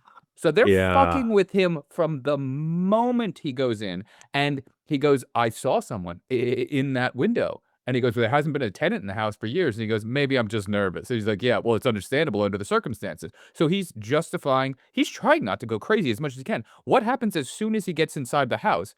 He goes, "We just got the phone lines reconnected. Any trouble, use it." He picks up the phone and then sees a note placed under the phone. How many other notes did they place around the house that he never found? Like, they're trying from the Right. moment he walks in this house to make him go batshit crazy. Then they bring that to his work the next day. What gets placed up on the wheel? A note from mother. Get that whore out of my fucking house. Like, dude, it's a bombardment to make him psychologically go insane from the moment. Like, if you just left him alone, he would not have been like, I'm gonna hit a woman over the head with a shovel. None of this is gonna happen. Like halfway through that film, you get to see him go, it's starting again. Like he's like, because he can't figure out what's real and what's not because they're fucking with him so much. They're trying to crack 22 years of reprogramming him back to being a normal person, which was successfully done. And they're undoing it as quickly as they possibly can. He gets locked up in the attic. Why am I here? Kids get murdered in the basement. Why is mother's room all of this fixed up? He's like, this wasn't like this. You know, he's pointing out all of these truthful things that you know, that they're deliberately doing to crack his fucking sanity, and they're doing it hyper successfully. And they get hoisted by their own petard, or however you say it. Like, you know, they Yeah. end up dying because this is what you do. Don't fuck with Norman. You're fucking with the primal forces of nature, Mr. Beale. The room that they fix up, was that a fantasy? Was that in his head, or did they actually fix the No, room? no, because Mary says to Lila, "I locked him up in the attic like we planned," and she says, "I put everything out and I ran down the back stairs." So she was the one who fixed Okay. up the fucking room to make it Okay. look like that, and then have the little, you know, the whole thing. Like, how is that not going to break your Okay. goddamn sanity? Yeah, that's pretty elaborate. That's a lot of work. It's a lab. They Yeah, do well, they some had movie 22 magic. years to plan. They had 22 years to Yeah. fucking plan this. Like The yeah. her mother has been brainwashing her since she was a kid, you know, and probably making her pick Right. it and do all this shit. And this is all for you. Like, I take it down to the point of, I think, very much about it, this Scott character that we never see when she's on the phone going like, "Oh, I just got kicked out of my apartment." Like, that's all a made up story. "Can I use your phone? Can Mo Scott might take me back." Like, Mm, she's manipulative as fuck to be able Right. to have him say, "Hey, come stay in my hotel," and she playing this off like with the second viewing of that, you get to watch how manipulative they are to him, which is why she has a great character arc of, "I'm with my mother, we're gonna drive him crazy," and then she falls for that sweet innocence in Norman, and she's, hugging him like a mother, feeling bad for him and going against her mother who's programmed her for all of those years, going like, "What we're doing is so wrong. We can't be doing this to this person." So her character arc within the film is fantastic. And it comes to the horrible realization, which is a misguided, realization when she sees her mother, buried in the coal at the end, and she looks at Norman and goes, "You killed them all." Like, she has this, "Oh my god, you've mm, been doing this," which is untrue. Mrs. Spool has been doing this the whole time, and all he's trying to do is protect her. He literally just says to her right before she gets shot, he goes, "Let me help you." Like, he's trying to help her, mm. and then the cops come down and shoot her. So her last image is, "Oh my god, my mother's dead. You did it. I've been trying to protect you. You're a horrible person," which he's not at that point. But as soon as he sees her die and the wig falls, which is just a great little exact wig shot of that being fall, and now he's just cuckoo town. He's sitting there at the police station, and the other guys are being interviewed and talked to there, and just Norman's just, "I can't wait. I know my real mother's gonna be coming home," and he's like, and when Mrs. Spool arrives, he was just like, "Oh, Mrs. Spool." And she's like, "Were you expecting me?" "Well, I was expecting someone," he's like, "I knew my mother would be coming back here." Like, he's off his fucking, he's cuckoo land. Yeah. Yeah, and when they do that foreshadowing, now I realize it's foreshadowing. I realize this is a movie that would play really well on a second watch because I didn't pick all the stuff you just said. I didn't pick up on any of that because I was just watching it, It's deep, through yeah. the twists and turns. I was like on the roller coaster, but I didn't realize what was really happening. So the foreshadowing of like the shadow, it's as if his mother is walking up to that door and they show the shadow and they show her from the bottom of the house and she walks up the steps and you think, "What the heck is going on?" And then, knock, knock, and it's just the woman from the diner. And it's like, "Oh, it was a little bit the movie was just tricking you." But then, no, it's not. It's actually foreshadowing because it turns out she is the real mother. So that was cool. Yeah. You mentioned Mary there as well. I wanted to tell you, Mary was really like the only character I genuinely liked, where I thought she's really just like an innocent part of this. She's kind of the kid in a weird way. She's the daughter in one battle after another. Well, yeah, and think about this. She's She's like also she's also she's also like Norman in the fact that you had this demanding mother who's this crazy mother, and you have a crazy mother. Hazel said that too. Yeah.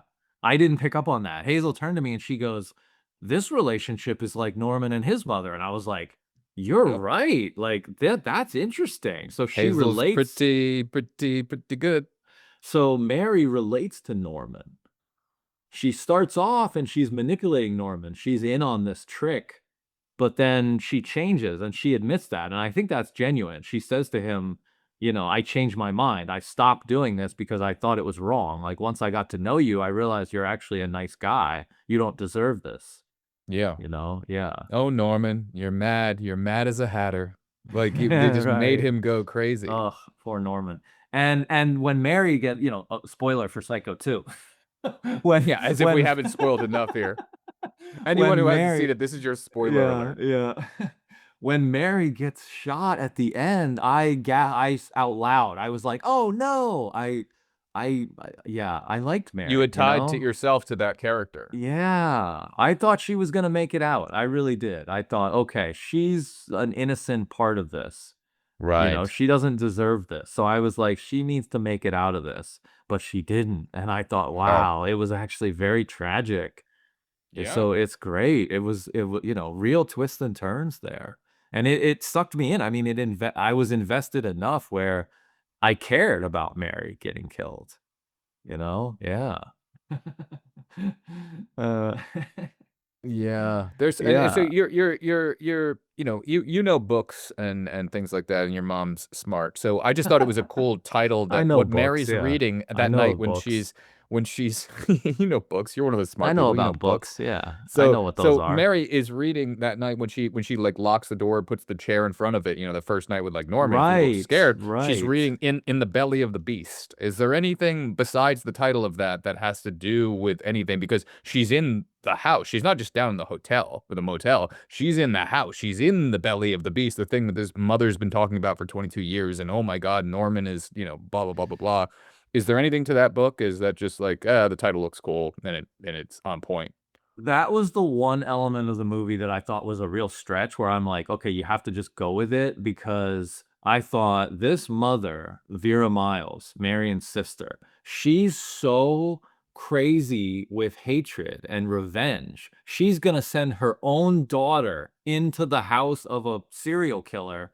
I thought that was so reckless. I was like, this mother is gonna get her daughter killed. I'm like, why would she do this to her own She cares daughter? more about her dead sister than she does About her her own own daughter. yeah, Yeah. I thought that was crazy. So to me, I'm like, this mother, this is Well, I thought I don't think a mother would really do this, but then it's a well, movie and that brings into yeah, question who's crazier, right. Norman or her?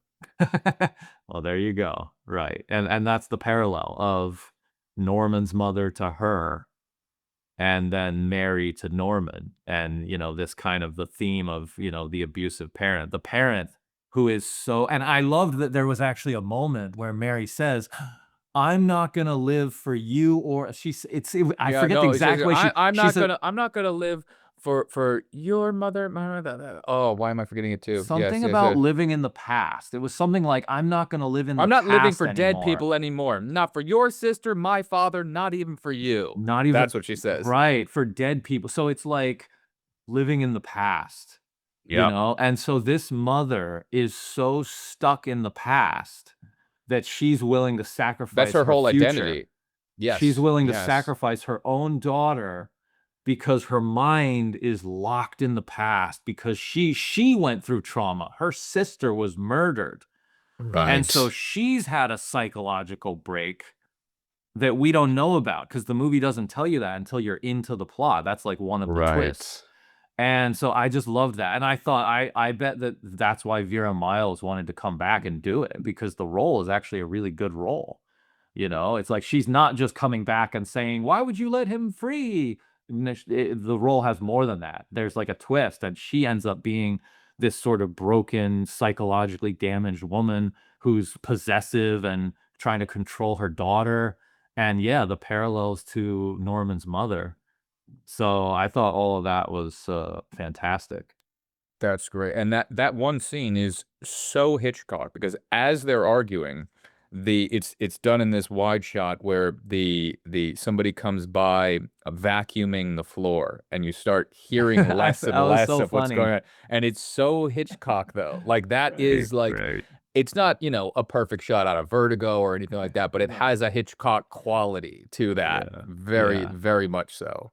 yeah. I agree. In a funny way, It it reminded me actually. of Duel, the shot in Duel where somebody in the foreground opens the washing machine. Like it's like a director really Okay, just okay, doing yeah. something.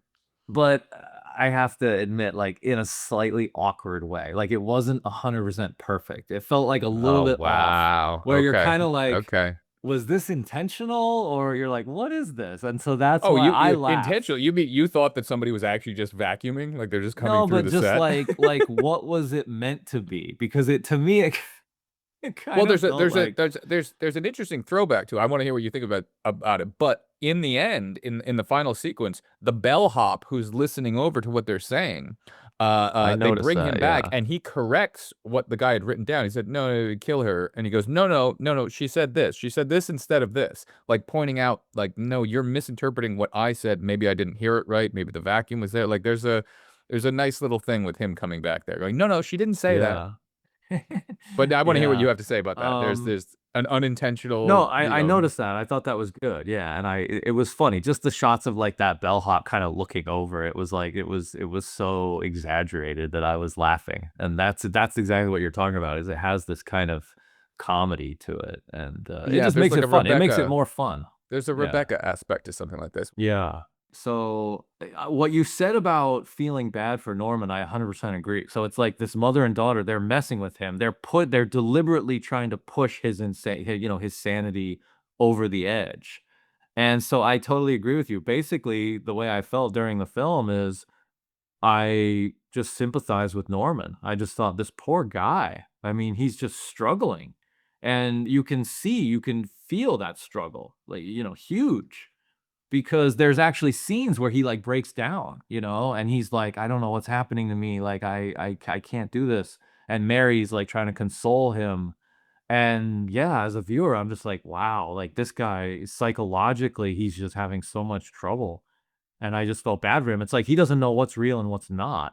No, and the moment when it's been made clear that it's over is when Mary is now they've tricked him so much with the phones and the prank calls and this and that, that now he's talking on the phone and nobody's there, and she's going, "Norman, there's no one there," and so she goes, what's the last thing I could do is dress up like his mother to then try to talk to him and scream at him and demand of him, and this is very much a, Friday the 13th, that part 2, type of thing with Jason, but anyway, which did come out the year before this, 1982.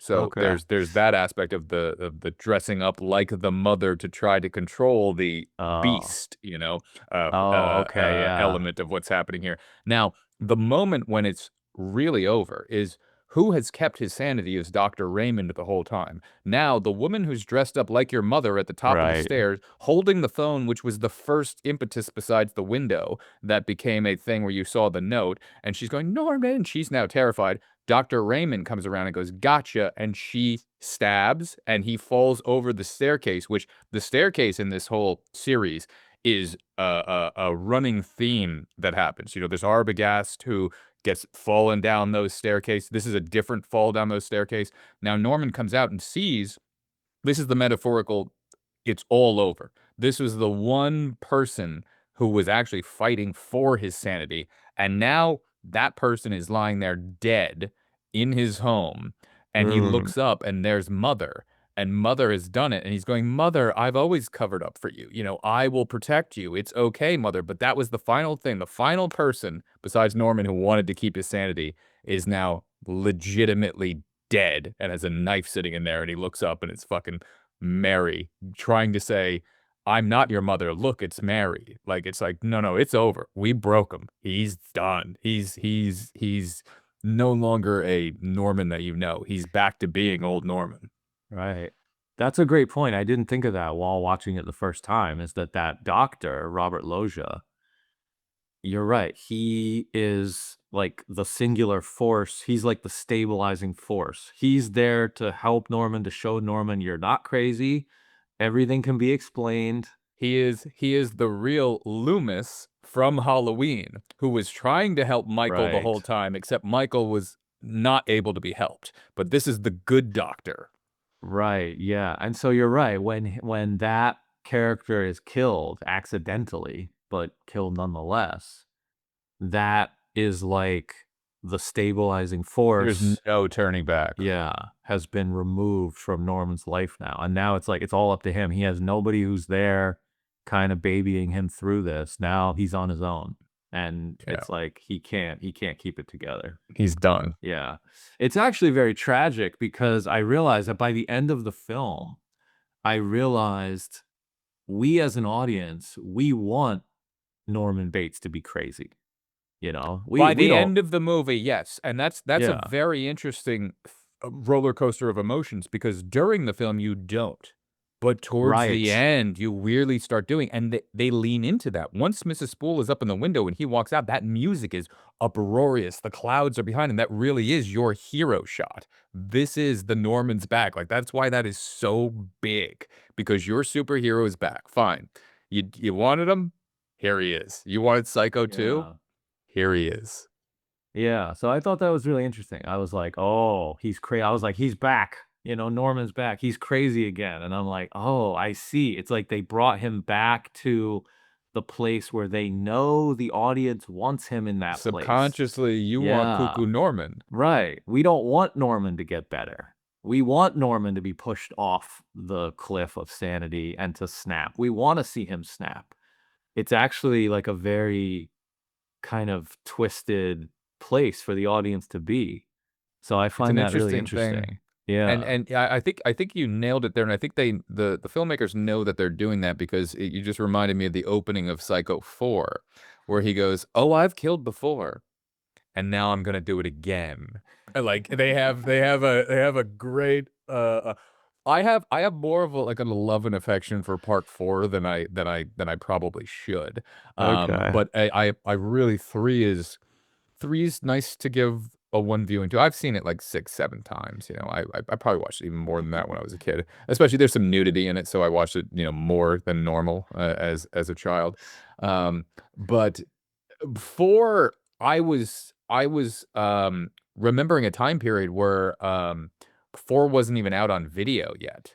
Like, it had been out like a TV release or something, but it wasn't out yet, and I was like, "Oh, I gotta get 4," and you'd go to certain video stores, and they wouldn't have 4. So I Hmm. was going like, "Wait, where can I get 4? Where can I find a way to get 4?" Like, this is, pre-internet, pre-anything. If you can't get it, you can't get it. But there was finally, like, a video store that we found. I think it was, like, Tommy K's Video, and they had 4. And, Yep. yeah, I got 4. And You I got was I 4. was, there's definitely a TV aspect to it. Okay. Henry Okay. Thomas plays young Norman in that movie. Oh. But Anthony Perkins is the linchpin of the movie. He's in the whole movie. And it's done in a very 1990s way. It's a very radio show program aspect of things. But I have a little bit of a nice affinity for 4, is what I'll say. It Yeah. goes it goes 1, 2, 4, 3 in my head. Okay. That's the way. Okay. And there's a big gap between 1 and 2. I mean, there's a big gap between 1 and 2, and then there's a big gap between 2 and 4 and 3. There's there's Okay, yeah. there's gaps. But I think the closest gap is between, 1 and 2, and I think that's saying a lot, as in how great 1 is, and what we were saying before about 2, there are so many ways to fuck up 2, and there are so few ways to make it something that you come out going, "Shit, that was a really good viewing." Like, Yeah. if you're gonna make Psycho 2, I can't picture a better Psycho 2.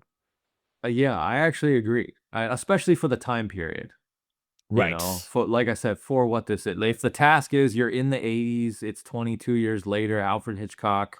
I don't know if he had passed He away had by just this he had just point. passed away in 1980. Okay. They were basically Yeah. like, "He's dead. Let's ding dong, the witch is dead. Yeah. Let's make Psycho 2." Like, let's not have a Yeah. quote from him going, "This is a terrible thing to be doing."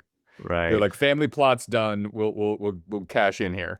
Right, yeah. See, that's the kind of thing where if the director were still alive, he could come back and kind of bring his career back and, one last hurrah. Like a lot of directors do that now, where, the original I don't think director he gets to would with come back and this. do their legacy sequel.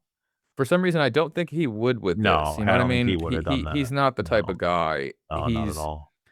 He would need to see, like, Yeah, I don't think yeah. Hitchcock was like a sequel guy. I don't think he's like Psycho 2 kind of guy. No, Yeah, I don't no, think it's a coincidence that he died and almost immediately no. Psycho 2 comes out. I think that's actually something that makes the second one work and kind of fun, is it actually serves as an homage to Hitchcock and to Psycho.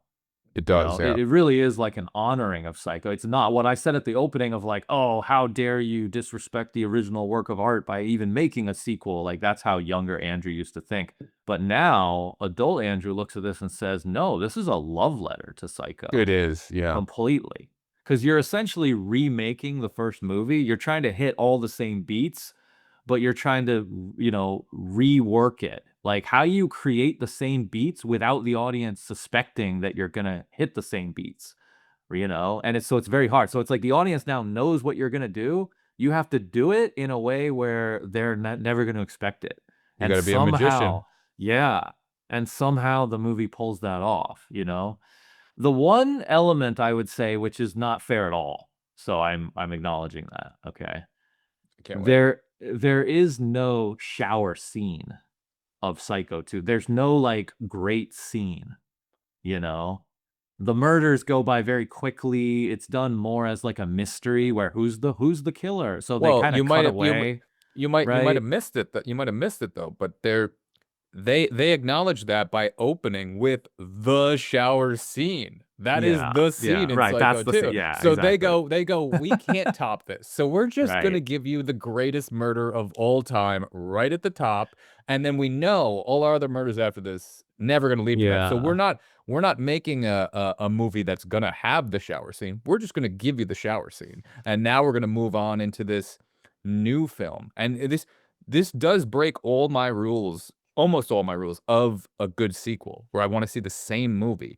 I do think I'm seeing something different. You got different music. You do have all the same characters and all the same locations. That's huge for me. But the backwards element of this and having it be all Norman, but Norman is never the same Norman in this. Norman starts sane Norman, and then we slowly see him become that cuckoo superhero Norman Yeah. at the end. And it's in the original Psycho, it's that Norman is always cuckoo. There's no character arc of Norman in the original Psycho. It's just he's a cuckoo split personality person who's got his dead mother up there that he talks to the entire time. This one we have a Norman character arc, and it's not an arc that is good for him in any way whatsoever. Right, yeah.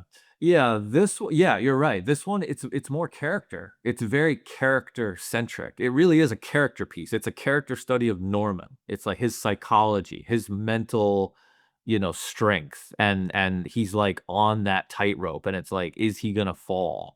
And that's the whole movie. So it's all about his emotional state, throughout the whole story. I think the original Psycho is more like set pieces, it's Hitchcock, so it's like it's very plot and it's got the plot Yes. turns. And so it's more of, the murder, the detective aspect of it. With a great twist at the end where you go, Right. The "Holy great shit, that's the twist. movie that I've been watching? Oh my god, there is Right. no mother? What?" Like, that's the I can't believe it. Yeah, actually, I don't know if it's gonna come on the recording, but the last bit of that sentence, you froze. Can you say the end of that again? Oh, well, the good thing is I have it right here. Nice. There you go. Do you remember what you said? Say it again, No. because I didn't even hear it. You froze and you Oh, cut it. You shit, cut out. I Yeah, was sorry. saying something along the lines of I can't remember. It was great. It was just great, though. Just Can't know it even was remember. great. Okay, all It right, was that's great. great. Alright, we need that then you Yeah. need a cut point. That's where you put the I already did my ad read for this. I mean, I have it written down. I Okay, spent some time on okay. my Psycho 2 ad read. This episode is brought to you by Mother's Home Cooking, because starting over doesn't mean you have to change what's on your plate. Whether you've just been released from an institution, or you're simply trying to make a toasted cheese sandwich without any cutlery, Mother's got you covered. Our pre-sliced cheeses melt perfectly every time, and every sandwich comes with that warm, homemade feeling of someone watching from the upstairs window. Lovingly, of course. At Mother's, we believe in second chances. A second chance at life, a second chance at love, a second chance to prove that it's okay to go a little mad sometimes. Order today and use promo code Andrew and Greg at checkout to receive a complimentary knife sharpener, because sometimes the past just won't stay buried. And you never know when you'll need to carve out a new beginning. Mother's Home Cooking, because a boy's best friend is his mother.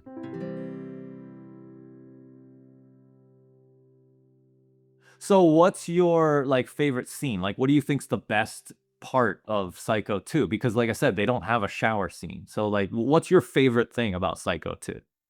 That's actually a really good question. I honestly think it might be the scene when Norman is crying talking about the toasted cheese sandwiches. And Wow. it is that Yeah. sequence where this is metaphorical, she's now his mother. She's holding him like a baby in the womb. The woman who was the daughter of the woman trying to drive you crazy, and she's now going against that.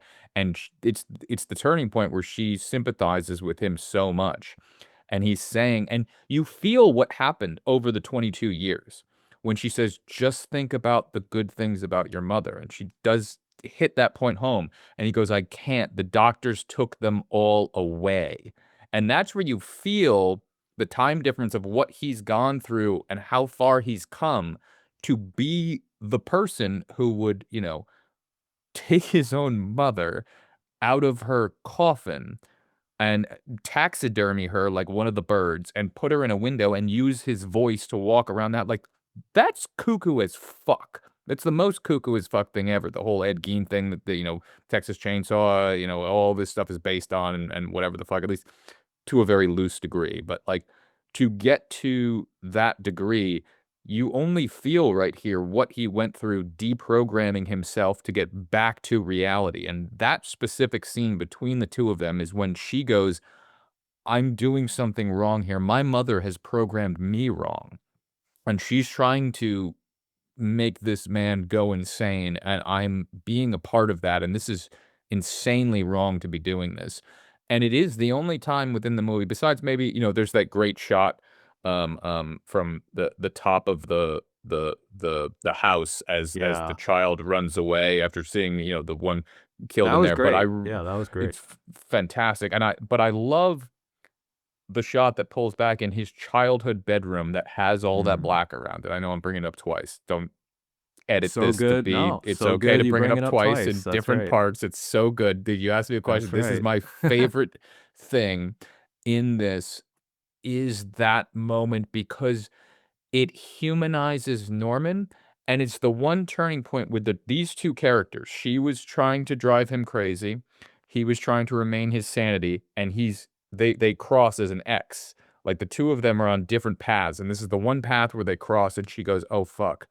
I've been doing wrong. I can't do this. I now sympathize with him. He is this," and he's starting to go like, "Man, I'm just trying to fuck. Like you don't know what I've been through. Like I was insane, and now I can't even have good thoughts about my mother because I've been deprogrammed for so long here that I have nothing left except these toasted cheese sandwiches." Yeah. That was And the great. visual Yeah. way that it was shot, the pullback, and I never noticed that till, like, my 6th viewing, how this literally pulls back in a set that is just black around everything, and you're, like, looking into a human mind. It's like insulary, and it's pushing this so far back that they're pointing out that this is a movie set, but you're so into the scene that you don't even notice it, and it's so surreal, that shot. And it's one of the only, like, deeply, like, break the fourth wall type things. And I also love the music in this movie. Wow. You said like it's like his mind. Mhm. That's awesome because I think I'm so glad you brought up that scene because I 100% agree with you. That scene was the moment when I felt the most sympathy for Norman. I remember I felt the deepest at that moment because I remember he basically has this breakdown and he talks about his mother and the cheese sandwiches and it's like that's what differentiates this movie from the original Psycho. The original Psycho was more about like the set pieces, the killing, you know, the shower sequence. This movie is more of the character study. It's more intimate. It's about Norman and it's about the way he feels. And that scene makes you see him as a little boy. You realize that he was once a normal, sweet little boy who just wanted his mother to love him. He just wanted, you know, cheese sandwiches. And, you know, we all relate to that. And so it does. You're right. It humanizes him. No, I'm saying there's definitely a whole Freudian aspect level to Yeah. everything that they're trying to do within the entire series of like this, you know, mother aspects. Like they're always keeping that in. I like that Hazel noticed that fact of the Lila mother, you know, is doing the same thing. Like what I love about Psycho 2 is they thought and they cared about the source material enough. They did not go into this going, "You know Yeah. what? Fuck it. It's Psycho 2." And that's why it's great because they took the time. Because if you look at the Robert Bloch, I have the Psycho, Psycho 2, and Psycho House. I've never gotten through these and read them, but I had this when I was a kid because I was really excited. And I looked through it today, and I have a Wade Boggs baseball card in here. Nice. Um, That's your but bookmark. that's my bookmark. But they went off the source material in Psycho 2, um, insanely because Psycho 2 has Oh, nothing to okay. do. The book, the Robert Bloch book, has nothing to do with this Psycho 2, which shows Okay. that they really re-engineered this and said, "Okay, it is 22 years later and Norman Bates is coming home. Mm, What's the most interesting story that we can tell that isn't the set piece story? It is the character arcs that come out of this." And I think we're mm, nailing there why this is effective. Why this is effective to you, why Hazel gave it, 0 phones on her scale. Like, there's a reason for that. And you pointing out the fact of, like, I always knew it, but you pointing it out even more, the you open with the big thing that everyone wants to see. And then the rest of the movie, most of the kills in there are 1980s kills. You know, right. Lila getting shoved a knife through the mouth. It's like, okay, we got Yeah, that. yeah. The Toomey one, knife comes down and you can see a fishing line pull away from his face, and it's a really cool shot. And his cheek rips open, and it's a great 80s kill, but it's an 80s kill, and they're doing all the 80s kill.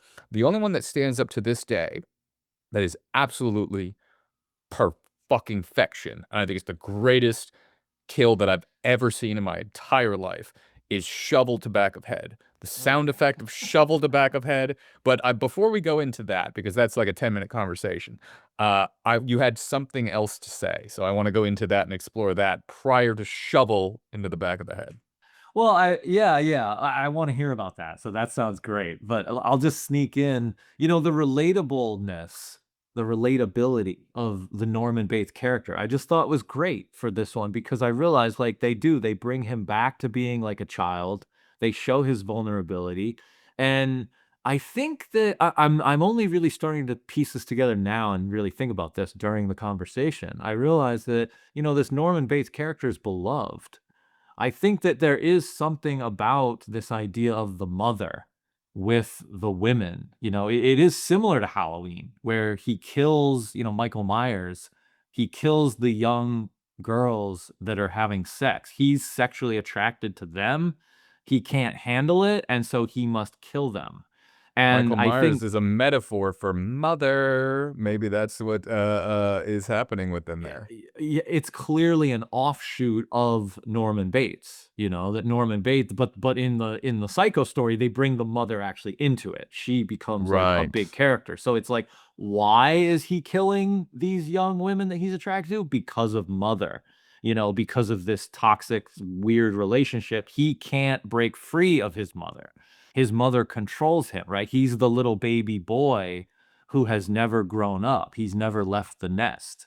He's the baby bird who has never left the nest. And so he's under his mother's thumb. Even though mother is dead and he's a grown man, psychologically, he's trapped. He's trapped as a little boy in his mind. And he can never get out of it. That's the tragedy of that character. And that's like Jack being stuck in the maze of The Shining, right? It's like he's trapped in this place and he can't get out. And he's suffering and he's making other people suffer because of it. And that is fascinating. It's like he kills Marion in the first movie because he is attracted to her. He spies on her and she takes her clothes off. Very similar to like Michael Myers in Halloween, right? And then he kills her. He kills her because he's drawn to her, because he's so afraid that she will take the place of mother, right? How could I ever love another woman more than my own mother? And it's like, no, right? I have to eliminate this new woman who's giving me what are these new thoughts and feelings that I'm having? It's overwhelming. I can't handle it. I must eliminate her, you know? And I think there in a weird way, go with me here. Oh, There's I some am. I am. there's I'm I'm something I'm I'm I'm on the edge of my seat. okay. There's something weirdly relatable about that because we all go through that.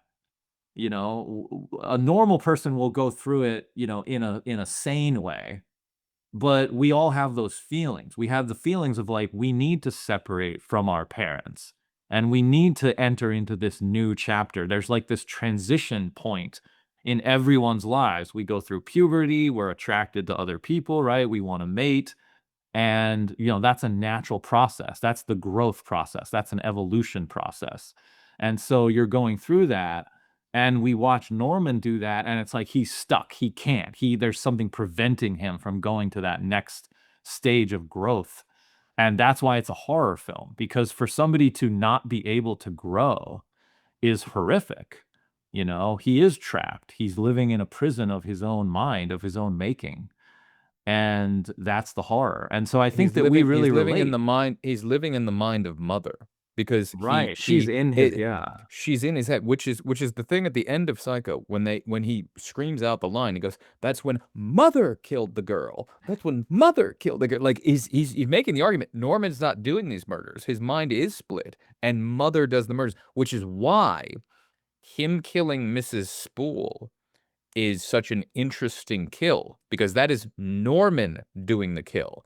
Norman is not dressed as Mother. Norman is not Mother. Norman's taking out the garbage. Norman's doing what he needs to do. Norman's going, I need to get back to being this. So his kill of Mrs. Spool, there's only 2 other kills that he's ever done in the history of all of his killing that he's ever done that were that. He killed his mother and the woman she was in bed with at the time. That was a Norman kill when he was a young kid. And then this Mrs. Spool kill is another Norman kill. This is the 3rd Norman kill that Norman has done. All the other kills have been Mother. I just realized something so cool. Here we go. The kill of that woman in Psycho 2 at the end of Mrs. Mrs. What's Spool. her name? Mrs. Spool. The killing of because you're right. And what you just said, it made me remember what I thought at the end of Psycho 2. I thought, oh, it's kind of like he's taking control of his own life back again. Like he's getting rid of the mother who's trying to control him, right? And So- this is why we have a podcast. So I realized that murder of Mrs. Spool is a parallel murder to when he first kills his mother as a little boy. It's almost like the moment he killed his mother as a little boy, he stopped growing. That's it. He's now frozen in time like Jack in the Maze. He's now frozen. He cannot grow anymore because he killed his own mother, so now he's stuck as that little boy. He lives the whole rest of his life with Mother in his head. Mother's still controlling him, right? Mother's killing all these young girls that he's sexually attracted to. And then he arrives 22 years later. He's out of prison and he goes through this whole process of movie 2. And then a new mother shows up and she shows up so happy. And she says, "That's right, little boy. I was controlling your life the whole time without you knowing. Mother was always there trying to protect you." And Norman listens to that and he smiles and he thinks to himself, no way, not on my watch, right? I'm not going to have Mother come back and control me again. And that murder of her at the end with that shovel is like he's setting himself free. So he's not actually going back to becoming the murderer. That's actually his growth. And that's the opening of the podcast. That's brilliant. Yeah, that's actually really cool. So in a way, that's why Psycho 2 feels like an origin, because it's almost like the birth of this new Norman. It's like Norman setting himself free for the first time. Norman's taking back his own power. Yeah. Fuck the doctors. Fuck this new fake mom. Fuck this. Fuck that. I'm going to be crazy, and I'm deciding to be crazy and take back my power. You're right, because that's not a murder where he's not dressed as his mother. Mother's not telling him to do that murder. That's him doing it. That's him taking his own initiative, saying, I'm deciding. Mother's not going to decide for me anymore, right? This is my decision. And he's trying to break out from being under his mother's thumb, you know? Wow. That's fascinating. So it's like, in order to be free of Mother, he still has to kill. He still has to be the Norman Bates killer, but he has to kill the new mother now as his, 50-year-old self, to try to set himself free. That is so good. Because the whole thing about Norman Bates is he's under the control of his mother. So he's trying to get out from under the control of the mother. Like I said, that's what we're all trying to do, right? We all get born into our parents' lives, right? We're That's the raised by our Freud. Yeah, parents. the and whole then, yeah, Freud. exactly. That's the kind of metaphor for life, is that we need to grow, and we all of us baby birds need to leave the nest. And that moment of him hitting Mrs. Spool with the shovel, that's like his version of the bird leaving the nest. For the first time. I think truly for the first time, in his entire life.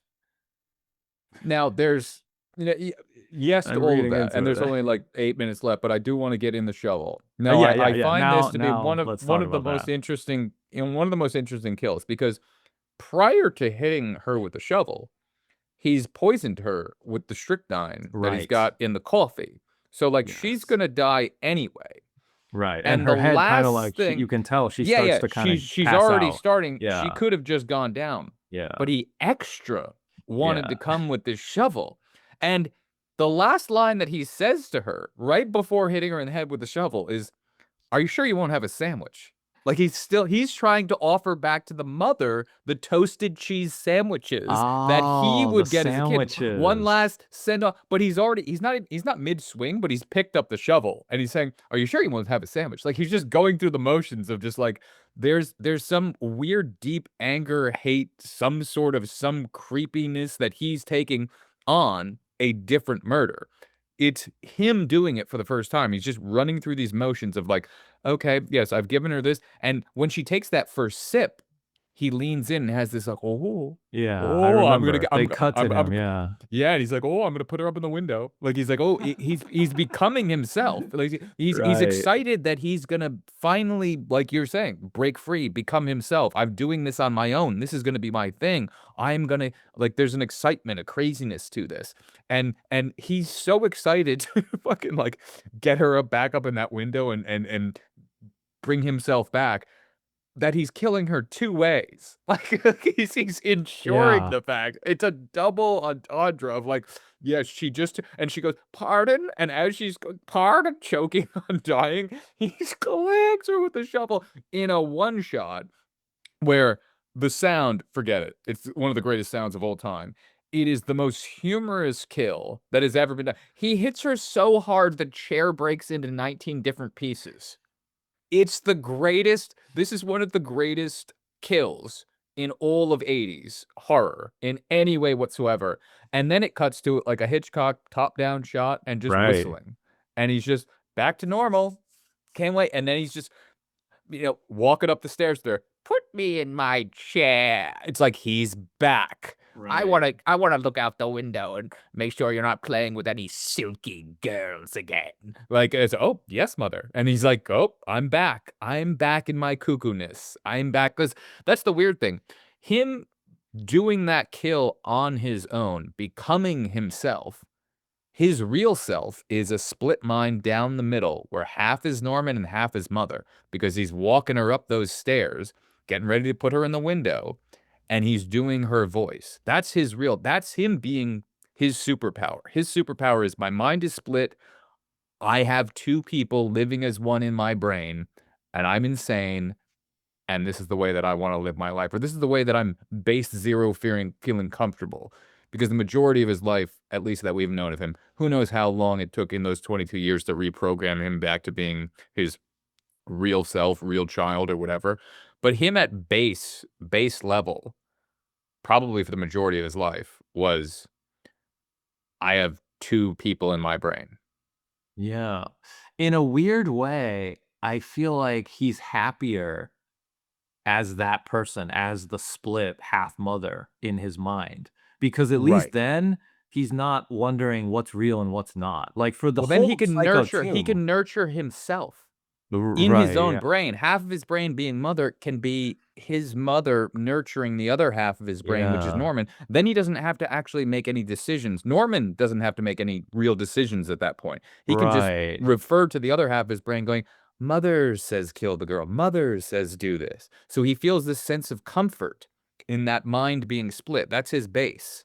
Right. Yeah, exactly. Yeah. He's He's giving actually himself happier. permission. Yeah. Right. He's actually happier in that state. Yes. Yeah, because without that, he's in this kind of like free for all where he's just like, what's real, what's not, what should I do? Yeah, it's like he's not What's that actually world? ready. Right. It's a big, scary world out there. And he's not actually capable of navigating that world. It's like he needs mother's voice there and he's more comfortable. I felt sympathy for him during the whole movie because I thought, gosh, they let this guy out, but he's not ready to be let out because his mind is very fragile and he's just tortured through the whole film. I mean, he's just psychologically tortured.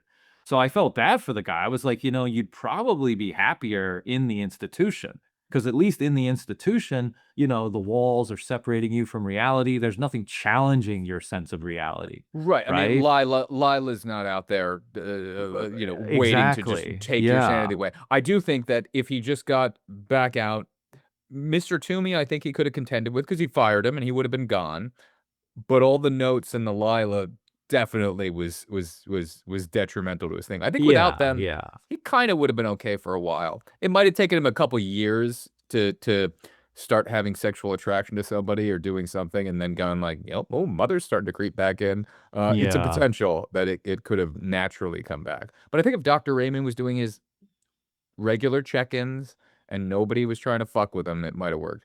Yeah. It might not be an interesting movie, but it's like I like Norman, and so I want him to be happy. So I would have liked to see the version of his life where he didn't have this, woman psychologically torturing him, and he might have been able to recover. It wouldn't make for an interesting You wanted film. to see Psycho 2, Norman Goes to Cancun. Basically what you wanted to see. Yeah. It's Weekend at Yeah. Bernie's 2, but with Norman, and he's just happy. And there's Yeah. him and Mother having Mai Tais in his own brain. Yeah, exactly. Yeah, Psycho 2, Electric Boogaloo. It's just yeah. Jason X. It's just Norman goes to space. Fuck Yeah, it. he's just happy. He's just dancing. Yeah, he's just like, at a nightclub. He's like, this is great. With AI, we could start making these films. We could start putting them together. Yeah, it wouldn't make for an interesting film, but No, it would. I'm just so glad that you enjoyed the film. I'm glad I watched it. Ladies and gentlemen, write into us at what's the Gmail? Light Up the Dark Podcast at gmail.com. We take your questions, ladies and gentlemen. Such a fun watch. Thank you for choosing it. And now I've seen Psycho 2, and I'm glad I did, because I thoroughly enjoyed it. Woohoo! All right, cut it. They don't chase clout, they just chase the lore. Dig scenes that the mainstream ignores, where light fights dark in a fabled war. Yeah, the truth gets told when the movie's born. I'm the break in the flicker, the cut in the edit, the blade through the credits, a frame they embedded. Light in the distance, persistence poetic. The dark is a prison, I brighten with aesthetic. No stunt doubles, I tumble through trap fights. The scripts in my soul, I control when my track spikes. Whisper in a reel, I reveal with a black light. The dark is a canvas that I carve with a flashlight. Call it a war cry, cinematic spark. Puzzle in the shadows, a code of the art. It's Andrew and Greg and the legacy embarks. Our voices ignite and we light up the dark. What I almost wanted to say is random throw it in here, but what I like about, like, we were talking about Kubrick before and Kubrick and Hitchcock. What I like about looking at the two of them is like Kubrick. Oh, this could be funny to actually say. Kubrick would almost be like a you, where you're like, I want everything to be perfect. I'm only gonna make my like fucking 9 or 10 movies and that's it. But Hitchcock has made like over 100 movies, and he was the guy just like cranking them out so quickly, like a couple per year in his early career, just like he'd done so many in England and Rebecca here, and then he just like, kept going. So when we talk about that run of like, oh my God, you did so many good films in a row, it's like, yeah, this guy had 100 movies under his belt. Like, this guy could direct a movie with his eyes fucking shut. Yeah. Nothing's coming to mind on that. I have a thought. Yeah, I just kind of left Just that. very, yeah. I left it right I'm at the like, end. I just dropped it off yeah, a cliff. Okay. I was like, okay, Kubrick be thrown into this podcast. Yeah, Why not? okay. I have a thought to bring it back.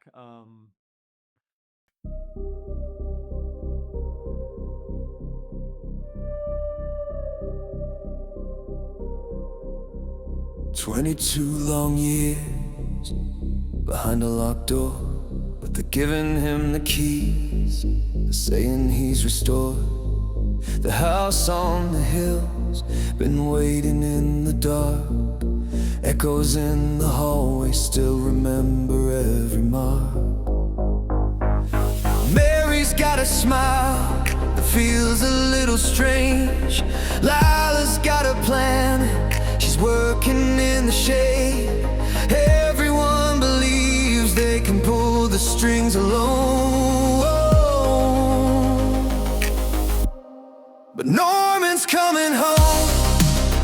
coming home again, trying to be the man he might have been. The kitchen lights flicker, the voices start to roam, but he's tired of being haunted by a mother made of bones. Oh, Norman's coming home. Norman's coming home.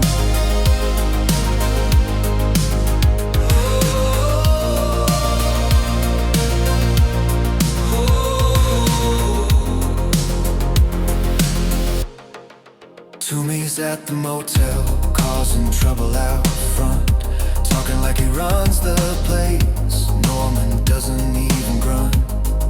Dr. Raymond's watching, trying to keep him aligned, but the fruit seller's calling from a deeper part of time. Mary didn't mean to get this lost inside the past. Everything she thought she knew is breaking like glass. Truth cuts sharper than the knives they used to own. And Norman's coming home. Norman's coming home again, trying to hold steady with a trembling hand. The phone keeps ringing, but nobody grabs the phone. And someone's down there waiting in a rocking chair of stone. Oh, Norman's coming home. Norman's coming home.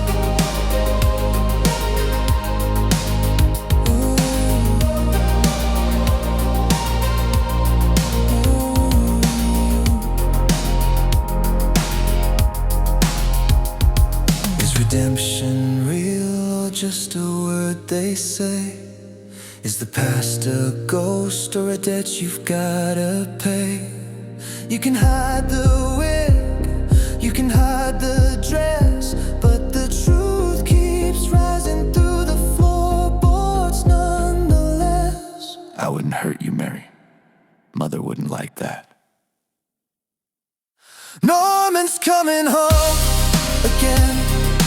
Storm clouds blowing through the hilltop wind.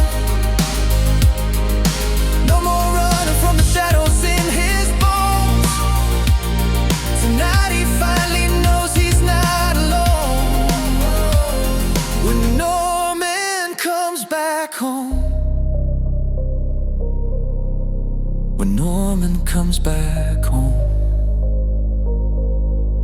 The house breathes in, then the house breathes out, and the walls whisper softly. He's home now.